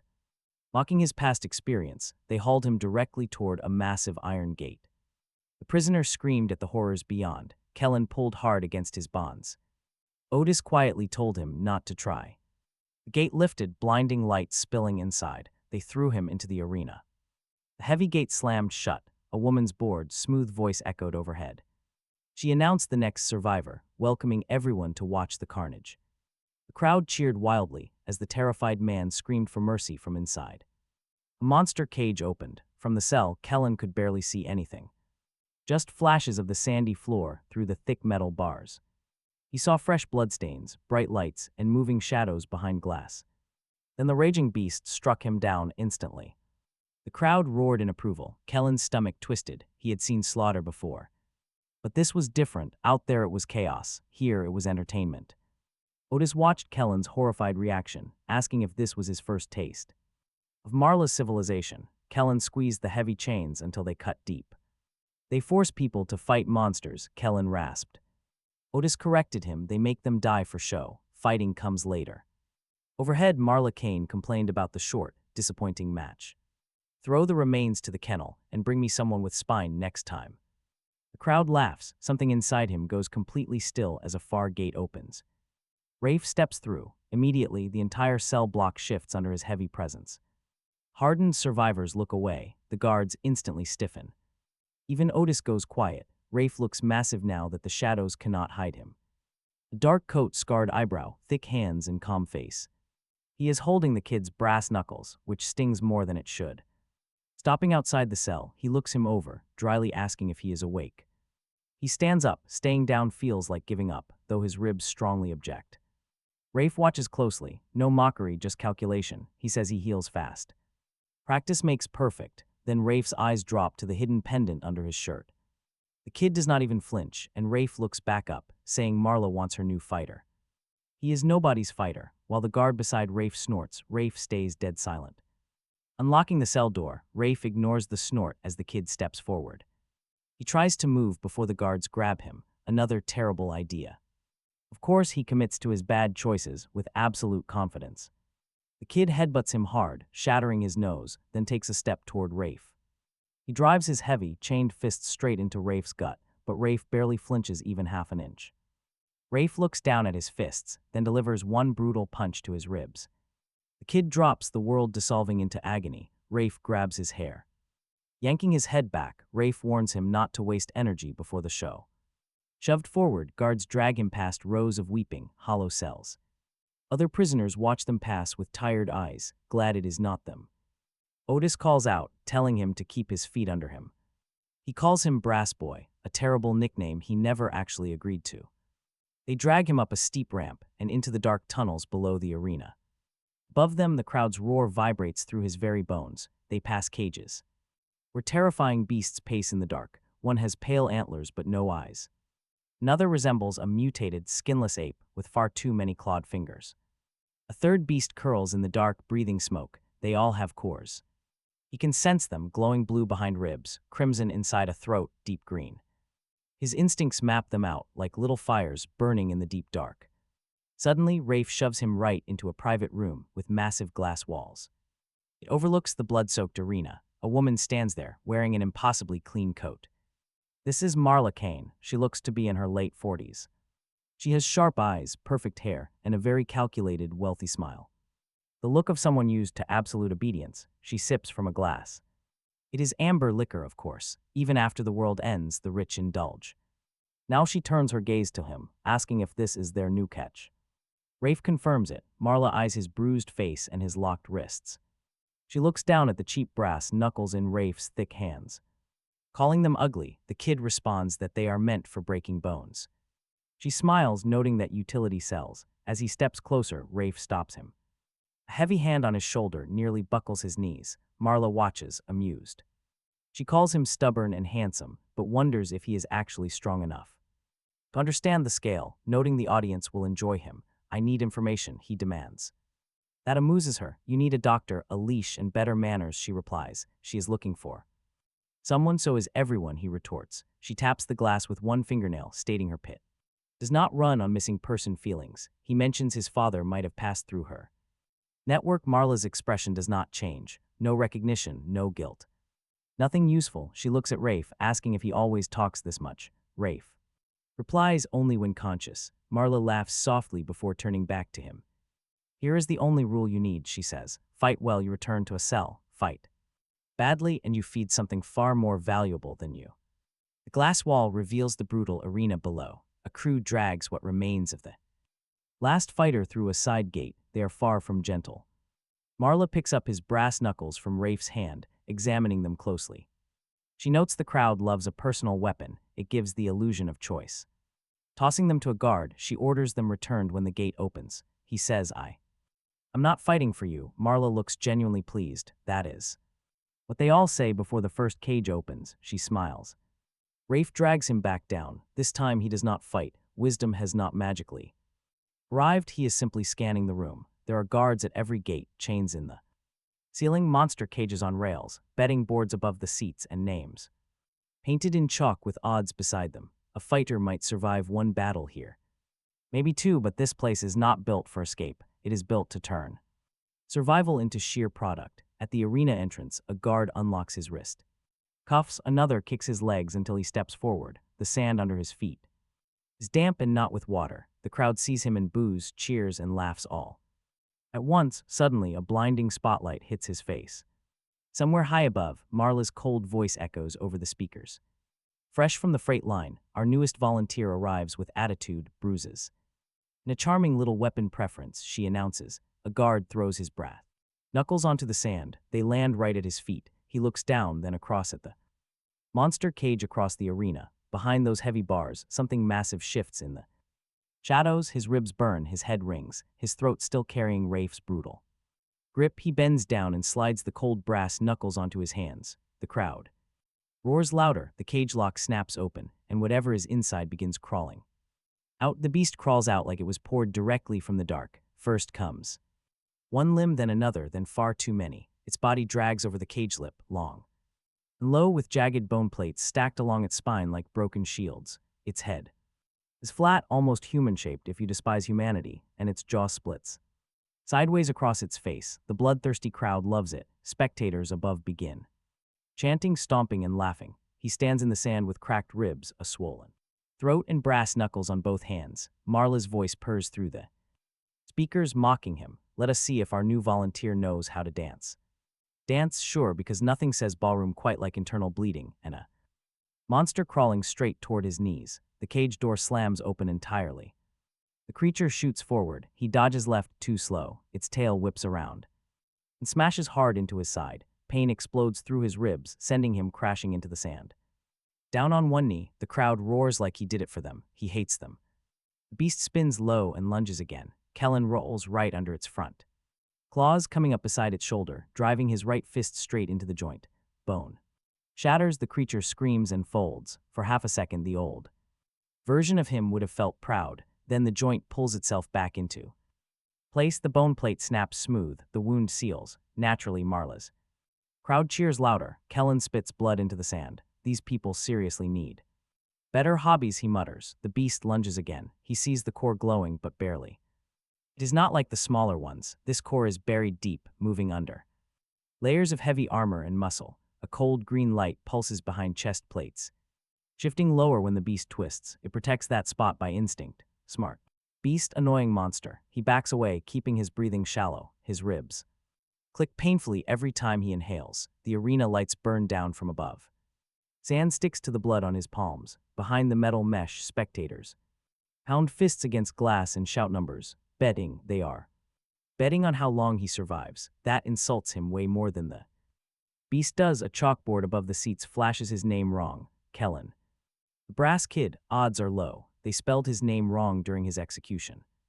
Talk about rude. Now the monster rushes in a blur of claws and bone plates. Kellen slips the first strike, blocking the second with his forearm as skin tears open. He steps inside, hammering away at its ribs. 1, 2, 3. Each blow drives black fluid out between the plates. It staggers, he chases. His father's combat training takes over in pieces, feet first. Cut the angle, break their structure. Do not admire pain, use it. He strikes the same plate until it cracks. The green light flashes underneath. Watch closely. The monster rears back and opens its sideways mouth. A thick tongue shoots out, barbed at the end, wrapping Kellen's left wrist. It yanks, nearly tearing his shoulder. Right out, he plants his feet, grabs the tongue with his free hand and pulls back. The crowd goes wild. The monster drags him across the sand anyway, so he stops resisting. He runs directly into the beast. Its mouth opens wider, expecting his head. He feeds it a fist. Instead, his brass knuckles smash into the inside jaw. Teeth shatter. The tongue goes slack. Kellen shoves his other hand under the cracked chest plate, punching toward the green glow. First hit, armor. Second, wet muscle.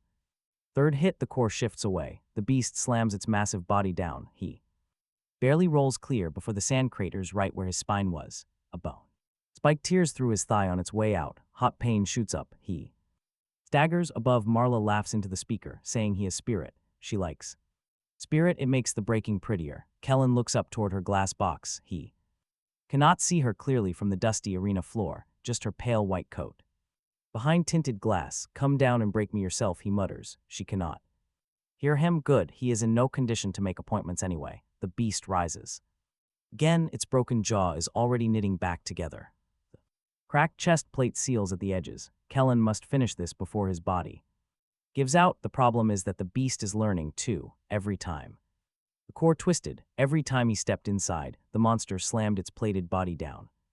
It was not just regenerating, it was adapting. As he circled, his left leg dragged. He felt his ribs burn, and his shoulder throbbed where the tongue had nearly ripped it apart. The creature lowered itself and mirrored his movements. The crowd quieted down. They could feel it too. This was no longer just a feeding. This was a fight. He raised his hands. His stance settled without thinking. Left foot forward, right heel loose, shoulder low, chin tucked, weight ready to shift into a close-range drive. It was his father's stance, the one drilled into him until he dreamed about foot placement. The monster charged, but he stood fast. Instead, he stepped forward. The first massive claw swept right over his shoulder. The second scraped his ribs. Letting the pain pass through, he grabbed the broken edge of the chest plate and slammed his forehead into its face. His father would have hated that, but he did it anyway. As the monster bucked, he hooked his arm under its neck, driving 3 sharp punches into the exact same spot. Not wild, not angry, just precise. The armor cracked wider, spilling green light. Suddenly, the beast snapped its teeth at his neck. He turned just enough so it bit his shoulder instead. The pain was so blinding the arena went white. He let out a raw, agonizing scream, no holding back this time. But with its teeth buried deep, the beast could not twist away. He shoved his right fist under the plate. His knuckles hit the warm, living core. The monster froze. He punched, cracking the core as the creature tried to pull away. He grabbed a broken tooth in his shoulder, holding the beast close like the worst hug in human history, and punched it again. The green core shattered. Light burst through the cracks in its armor. The Beast spasmed, its bone plates lifted and slammed down like heavy iron shutters.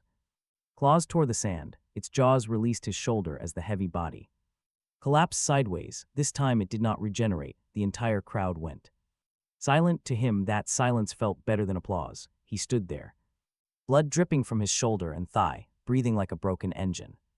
Then the arena exploded, cheers, boos, and coins clattering down from above. Crowds yelled the wrong name, Kellen, Kellen, Kellen. He looked down and muttered that they still had it wrong. A core fragment lay nearby, glowing green with a golden thread. He knew what eating it could do. But he also knew what would happen if he did not. His knees shook. His shoulder was torn open, his ribs shattered, and his body barely held together. If they threw another monster into the pit right now, he would die. So he picked up the fragment. The crowd noise sharpened as they realized what he was doing. From her glass room, Marla leaned closer. He placed the shard between his teeth and bit down. The burning heat hit him instantly. It was not as bad as his first core years ago, but fire still surged through his throat, down his chest, and into every cracked rib. His shoulder did not magically close, nor did his thigh heal instantly. This was no fantasy healing potion. It felt like a roaring furnace was shoved beneath his bones, forcing him to stand, so he stood straight. That was enough. The crowd lost their minds as a side gate screeched open. 4 guards marching, carrying shock poles and rifles. Rafe stands behind them, watching him with that same flat face. He considered charging, but his broken ribs remind him confidence and stupidity are relatives, not twins. A guard tosses a chain toward him. He stands still. Rafe steps forward once. That is enough. He lets them bind his wrists. Marla's voice floats down, cruel and greedy. Well done, brass boy, she sneers. Brass boy, that nickname spreads like an infection. The guards drag him out of the arena and back down the tunnel. The crowd chants behind him, louder and uglier, as if they bought him and want a receipt. Shoved roughly back into his cell, he hits the floor hard. Otis does not help, smart man. Helping a bleeding prisoner is a fast way to share the consequences. He just watches as he crawls back up. Otis mutters that he fights like someone taught him every single inch of that style, wiping blood. He snaps that plenty of people punch beasts. Otis shakes his head. Not like that. He leans against the wall, trying not to pass out. Otis' good eye remains fixed on his hands. The step in, the shoulder drop, and the short body shots before the strike. His voice drops to a whisper. Even that foolish habit of taking bites won't fade. The young man opens his eyes. The cell feels freezing. Otis is no longer looking at a stranger. A memory walked in, wearing his skin. What? He whispers. Otis leans forward, chains scraping the concrete. He claims he saw that style before. His heart slams hard. Worse than any beast. He sits up. Pain and blood do not matter. The crowd above vanishes. Only those words matter. Where did you see it? His voice sounds too sharp for someone who was just torn apart and thrown back into a dark concrete hole. Otis glances toward the corridor, then the ceiling, then down at the drain in the corner, acting as if even the rust is listening.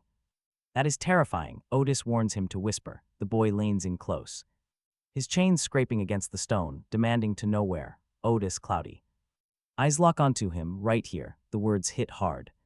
He stares in shock. Otis taps the stone with 2 fingers, pointing to this very pit. Same cages, same howling beasts wearing human faces. His dry mouth tightens. 1,000 dead ends taught him to despise hope.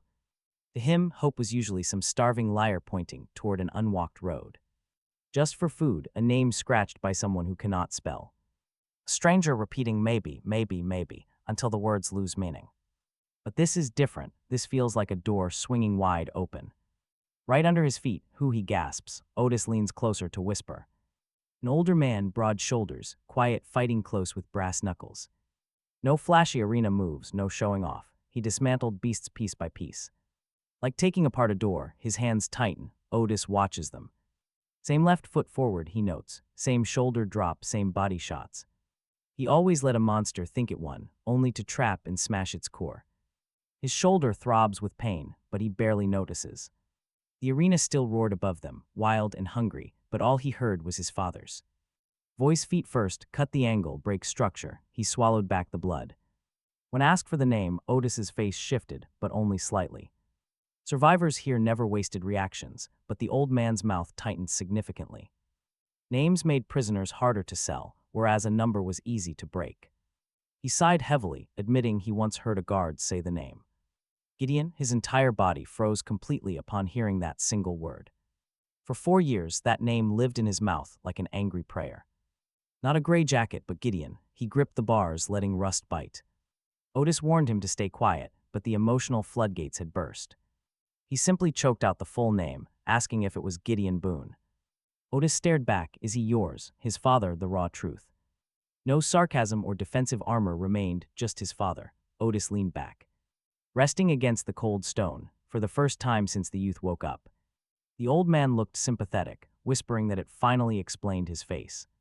What face? The face of someone trained by a person who loved him. Badly, those heavy words cut far too deep, worsening his physical agony. His ribs ached and his head rang, but none of it mattered now. He dragged his chains closer, demanding to know where his father was. Otis hesitated, terrifying him. He urged the old man to speak. Otis rubbed his beard, revealing Gideon survived this hell longer than anyone. Marla made insane money off him, as wealthy spectators paid to watch him humiliate ferocious monsters. He snapped at Otis not to call him old. Otis gave him a flat look, forcing him to finally quiet down. The old man explained that Gideon won impossible matches and slaughtered beasts. He never played to the crowd, which made them adore him more. That was classic Gideon, possessing the emotional warmth of a locked metal door that somehow became a premium entertainment spectacle in hell. It was painfully on brand. He asked what happened next. Otis glanced nervously toward the corridor before whispering that Marla sold him. The cell turned icy, sold to a larger arena out west. Wealthy buyers came with clean boots and armored trucks. His father walked out chained between 6 guards, but alive. The news hit hard. He almost laughed before the harsh reality settled in. Sold, sent west. His father had been right here, alive, only to be dragged away. The trail wasn't a phantom rumor anymore. It lay beneath his knees. He grabbed Otis by the collar, demanding to know where out west. Otis claimed he didn't know, so the young fighter shook him. Otis's good eye hardened, asking if he would still be rotting in Marla Kane's basement. He let go, his hands trembling. Otis smoothed his shirt, pretending dignity still existed in this dark pit. He mentioned the guards called it the Western Circuit. That was all. Those who left never returned. Suddenly, a scream pierced the corridor. This wasn't fight fans, but a terrified cellmate being dragged out. 2 guards hauled him away as he desperately clung to the bars. Baton slammed on his fingers, bones snapped, and the boy let go. The pit reminded them very politely that personal drama would never pause business. Otis dropped his voice, warning him that if Marla learns he was his father, she will not pity him. He did not need pity. No, you need a working brain, Otis snapped. Marla does not see sons. She only sees repeat customers. Boots echoed down the hall, making Otis curse under his breath. A guard stopped right outside their cell, the same one with a split lip from earlier. He looked from the kid to Otis, mocking their family hour. The boy stood. The guard smirked, saying Marla wants the old man. Otis froze. The boy stepped in front of him. The guard looked absolutely delighted by his stupidity, mocking that he hoped the kid still had energy. 3 more guards arrived with shock poles. He learned something crucial over the next 10 seconds. Core strength does not make electricity fun. The first pole slammed into his ribs. His body seized, dropping him to one knee. The second caught his shoulder, turning his fresh bite wound into a white-hot explosion. Otis shouted something, but guards were already inside. Wraith suddenly appeared at the corridor end, simply uttering one word: enough.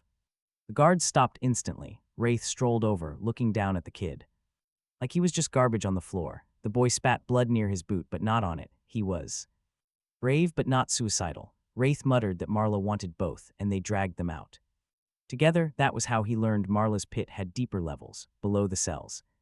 Dark storage corridors were lined with cages, heavy core crates, butcher tables, and chalkboards covered in numbers. Grim monster parts hung from rusty hooks, colored core fragments rested in locked glass cases like rare jewelry. This place was not just blood sport, it was a black market, a factory, a wretched enterprise with better lighting than the apocalypse ever deserved.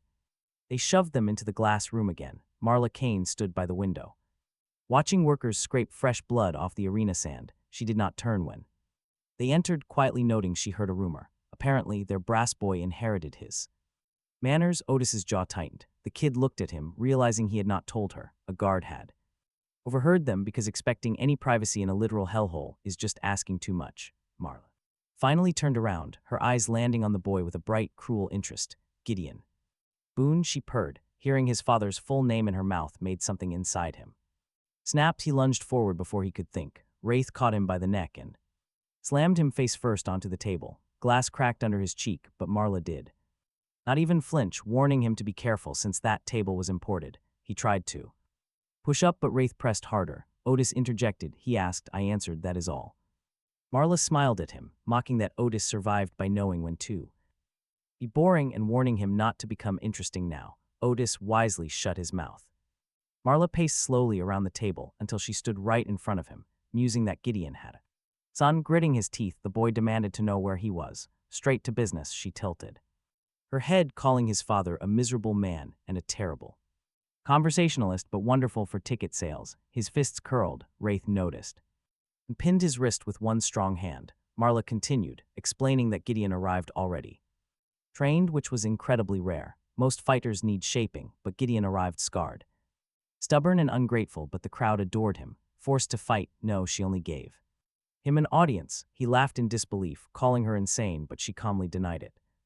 Marla calls it insanity to waste talent in a dead world. She just monetizes it.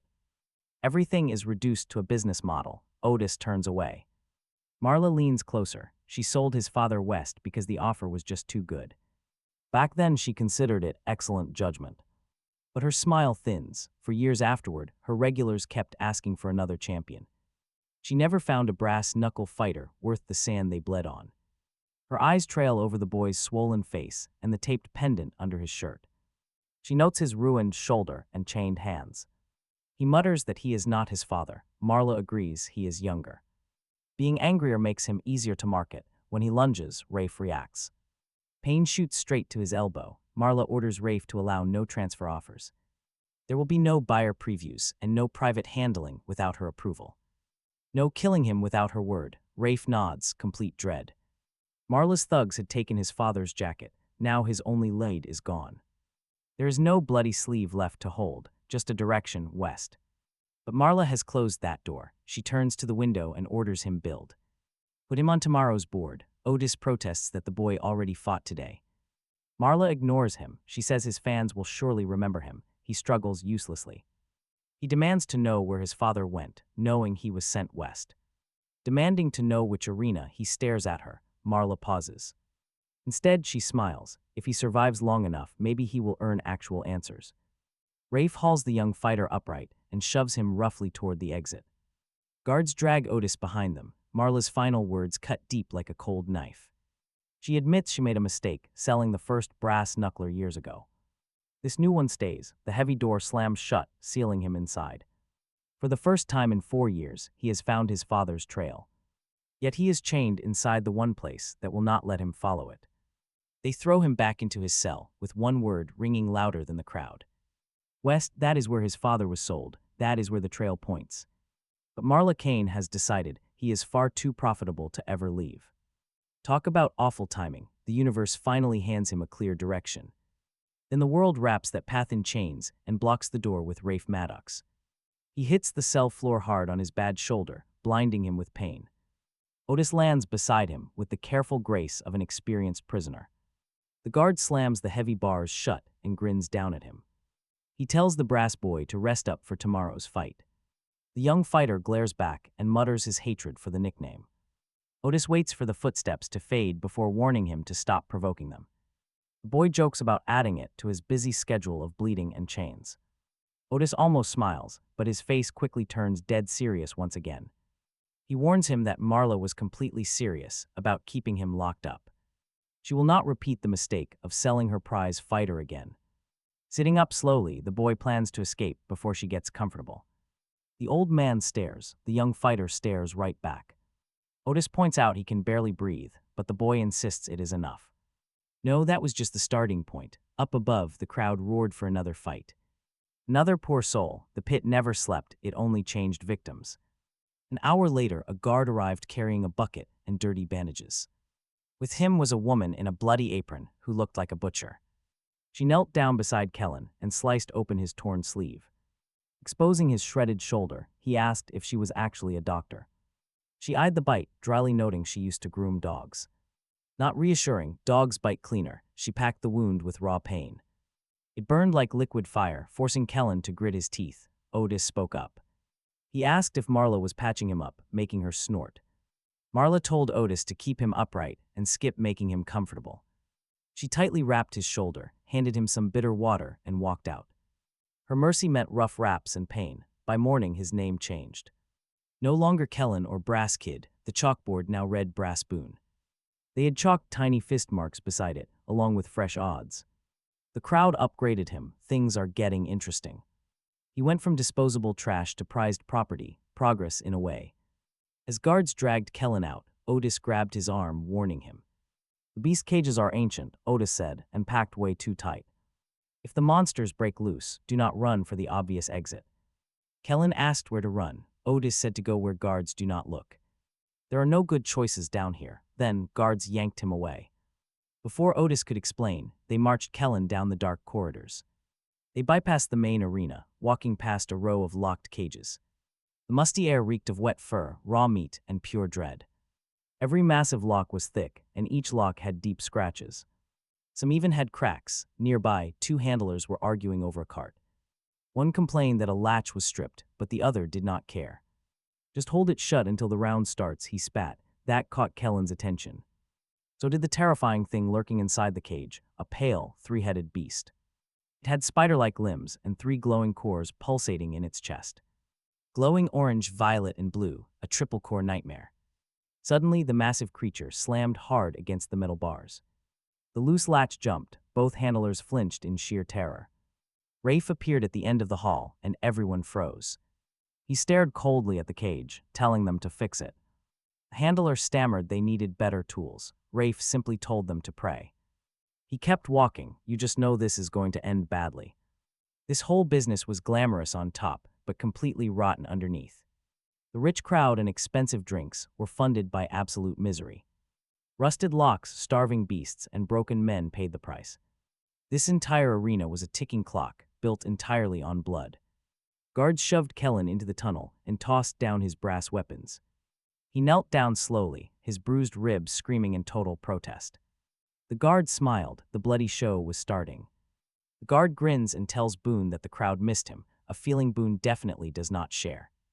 A shock pole jolts his ribs, nearly buckling his knees as the heavy gate opens. That silence is probably better for his survival anyway. Suddenly, blinding heat, noise, and light hit him. Then Marla's smooth voice echoes over the speakers, greeting the crowd. She announces that after yesterday's delightful debut, their beloved contender, Brass Boone, has returned. He is beaten, stubborn, and somehow still breathing. Boone raises a bloody hand, giving the roaring crowd the smallest wave possible. He absolutely despises them all, but to him, frustrating Marla is pure, sweet nutrition. High above, behind the safety glass, Marla leans forward to watch him. He feels her intense gaze like a cold knife pressing into his shoulders. Somewhere beyond these walls, the pit has hidden cracks. Boone still has no idea where Sloane is.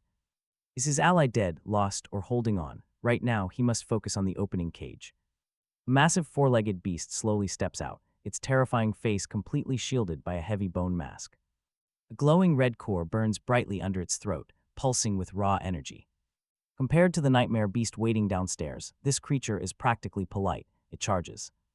Boone does not fight pretty. Elegance is for gladiators with whole ribs and a real future. He blocks the beast's massive impact, rolls with the momentum, and violently smashes its front knee. The leg heals instantly. Boone strikes again before the regeneration process can even finish. The crowd boos him because dry efficiency is bad entertainment. Fine, he will put on a show. As the monster lunges, he slips inside its guard and drives his brass knuckles upward. He strikes hard under the beast's jaw, snapping its head back before grabbing the bone mask. He pulls himself close. His shoulder screams in agony. His sliced thigh burns. He punches the throat twice. The red core flashes frantically. The beast struggles to twist away. Boone hooks his leg behind its wounded knee, dragging the massive monster down. Claws tear viciously across his back, but he still manages to thrust his fist deep inside. He shatters the red core before the flesh can heal around his trapped hand. Intense red light explodes between his fingers. The giant beast instantly collapses. It is over way too fast. The disappointed crowd groans as Boone stands there, gasping. Was that not dramatic enough for them? Suddenly, a heavy gate clangs from below. It is not the normal gate. Screeching metal tears through the floor. Every handler in the side tunnel freezes in fear. The crowd goes dead silent.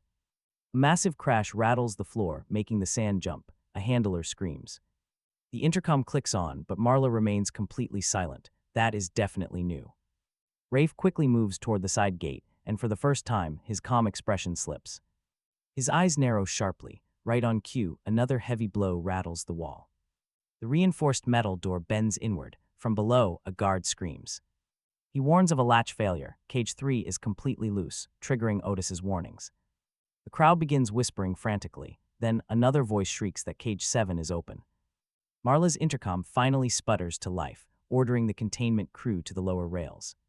She sounds incredibly calm, too calm, like someone desperately trying not to drop shattered glass.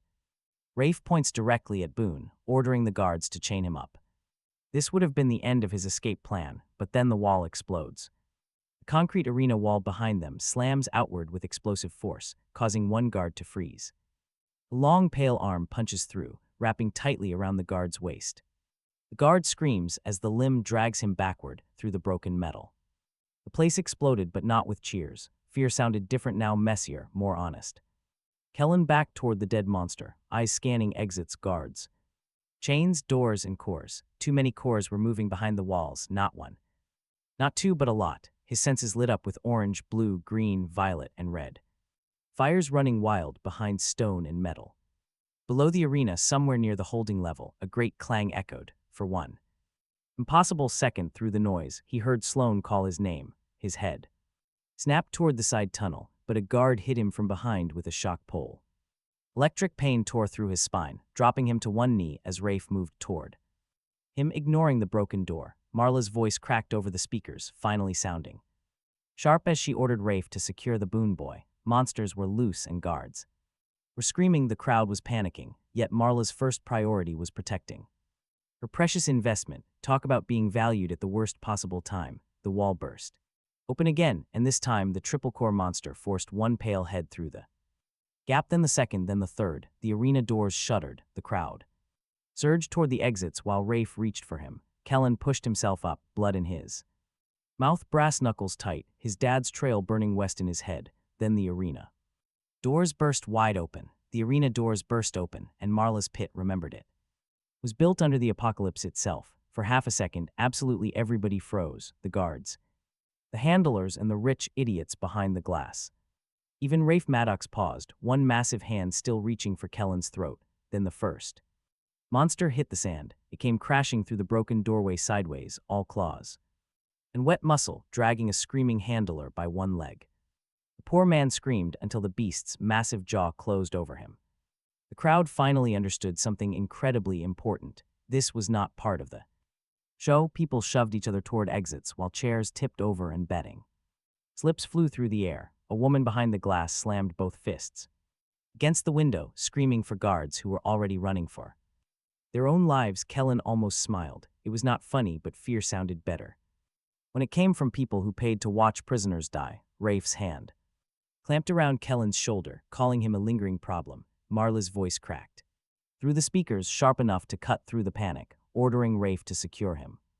Immediately, she completely ignored the crowd, the handlers, and the expensive little murder business collapsing under her feet. She only cared about Kellen, her precious investment. Kellen twisted violently, driving his heavy brass knuckles straight into Rafe's ribs. It felt like punching a solid brick wall, but Rafe just turned his head slowly, looked down at him, muttered bad choice, and then he hit him. The punch folded Kellen in half, emptying his lungs as his feet left the sand.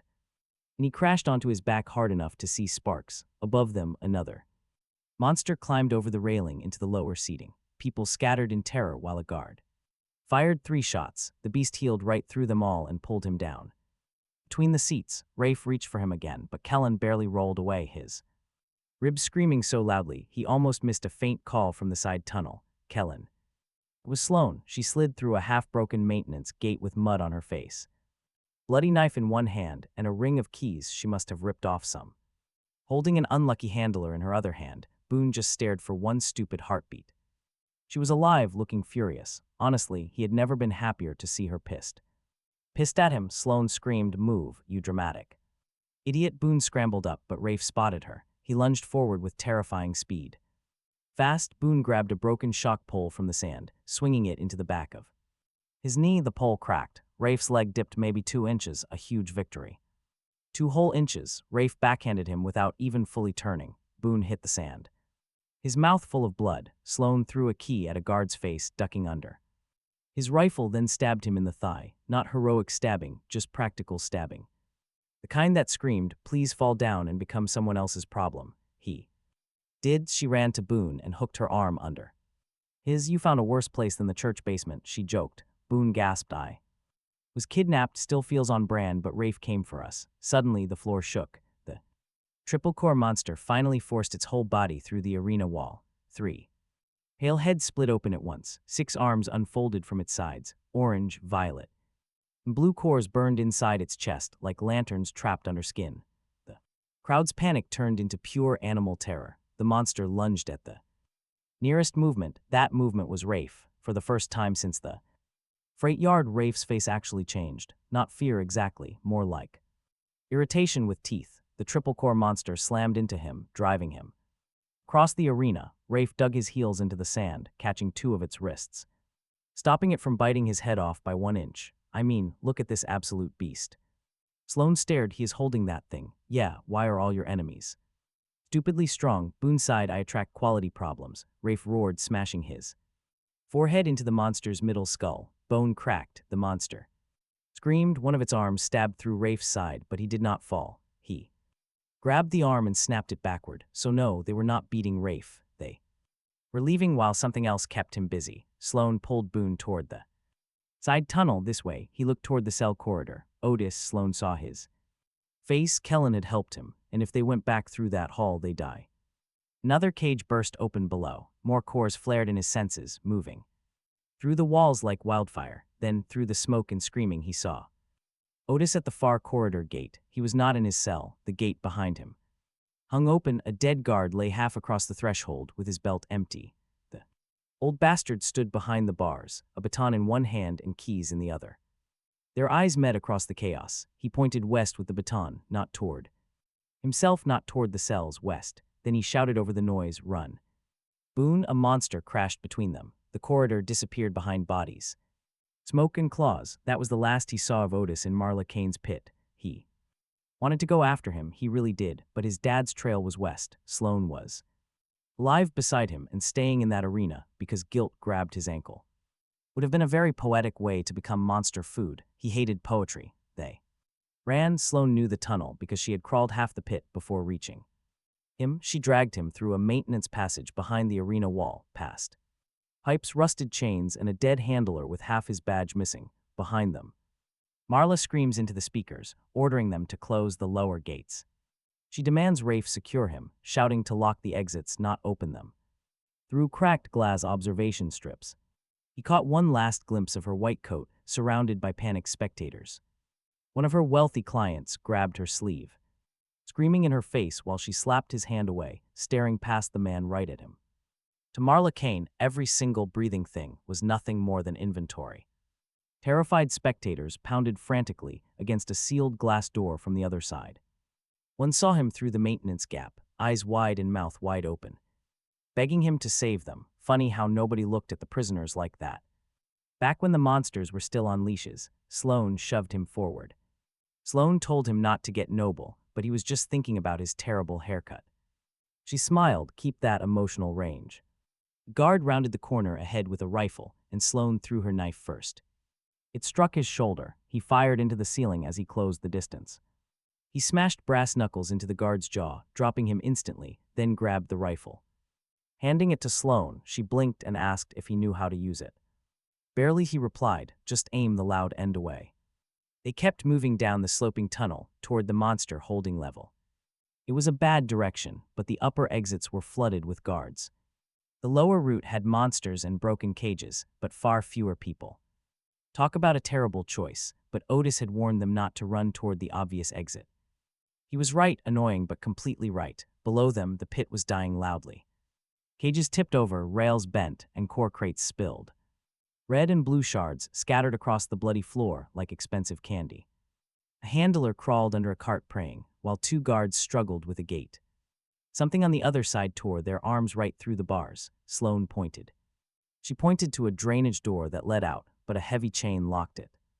Why would this death basement have an easy exit? He grabbed the chain. He pulled, but nothing happened. His body was strong, but his shoulder was shredded. His ribs were broken, his core burned, fueled only by anger. Sloane shoved the rifle. Sloane pushed the rifle into his hands, telling him to hold them off. A monster crawled over a cage behind them. There is his answer. She dropped to her knees and picked the lock with a bent piece of metal. Her hands moved fast, but not fast enough for his comfort, which was fading. His comfort had already left the building anyway. As the monster charged, he fired. The recoil punched his shoulder so hard, he nearly joined the beast emotionally. Striking its chest, the bullet did nothing. The wound healed instantly. Bad tool, he muttered, throwing the rifle right into its face as its core pulsed yellow. He caught the monster's first claw on his forearm, letting it cut deep. Then hammered the same spot until the bone split. It tried to bite his throat. He ducked and drove his fist straight up through the soft gap. The core shattered, the beast collapsed, and Sloane shouted for the door. As the drainage door groaned open, cold, real outside air hit his face. Then a hand grabbed the back of his neck, Rafe, of course, bleeding heavily. One of his sleeves was torn clean off. Black monster fluid covered his coat. Behind him, the triple-core beast still crawled, dragging two broken heads. It only had one working arm. Rafe had not killed it, just bypassed it. Talk about an absolute nightmare. With no jokes left, he was slammed hard against the wall. Right by the drainage door, his brass knuckles scraped stone, his vision blurred. Sloane managed to raise her rifle. Rafe kicked it right out of her grip. He backhanded her into the rail cart. She crashed hard, something inside him snapped. He went completely cold. He swung at Rafe, blocked. He swung again, blocked again. Rafe drove a brutal fist into his stomach, then his ribs, then his face. Every blow shattered his confidence. He tried using his dad's close-range style. Rafe walked right through the pressure. He tried cutting angles, but Rafe was already there. He tried using the pain like his father taught him. Rafe gave him more than he could take. Rafe grabbed his throat, lifting him off the concrete, just like back at the freight yard. Rafe sneered that Marla wanted him alive, mockingly asking if he was always this meaty. Rafe pulled his fist back, but then the triple-core monster slammed him from behind. All three heads screamed together. Rafe dropped him. The young fighter hit the floor gasping. The beast drove a massive claw right through Rafe's shoulder, smashing him into the rails. Metal bent, cages rattled. The blue core in its chest flashed bright. Rafe snarled, not calm now, proving he was human after all. He grabbed the claw. He tore himself sideways, ripping free of the claw, then punched straight through. He pierced the monster's chest with his bare hand, cracking the orange core wide open. The blast threw them both back. Rafe was going to kill it, but not fast enough. Sloane grabbed the fighter's arm, shouting for them to run. They scrambled through the drainage door. Behind them, Marla's voice shrieked over the speakers, no longer sounding smooth or bored. She ordered them not to let him leave. Under no circumstances let the Boone boy escape.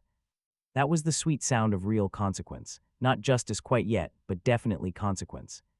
Her pit was burning, her crowd trapped, and her arena collapsing around them. Her cages were open, and the second Boone she tried to cage was now crawling out. He escaped through the drain as her profits bled out. Together they splashed through a narrow concrete tunnel that reeked of stagnant water and rotting beast flesh. Sloane half-dragged him forward. Needing help stung, but her presence brought real comfort. At the end, she slammed her shoulder against a rusted grate, forcing it wide open. They tumbled out into the cold night air. Real rain began to wash over his face. No screaming crowd, no spotlight, and no cruel voice treating death as mere entertainment. Far below them, the underground pit roared and literally tore itself completely apart.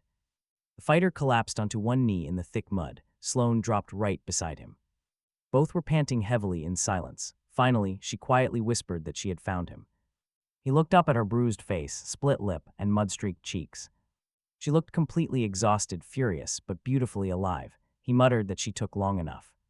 She stared, then laughed once, shaky and furious, telling him he was welcome, calling him an emotionally damaged brick. He almost smiled.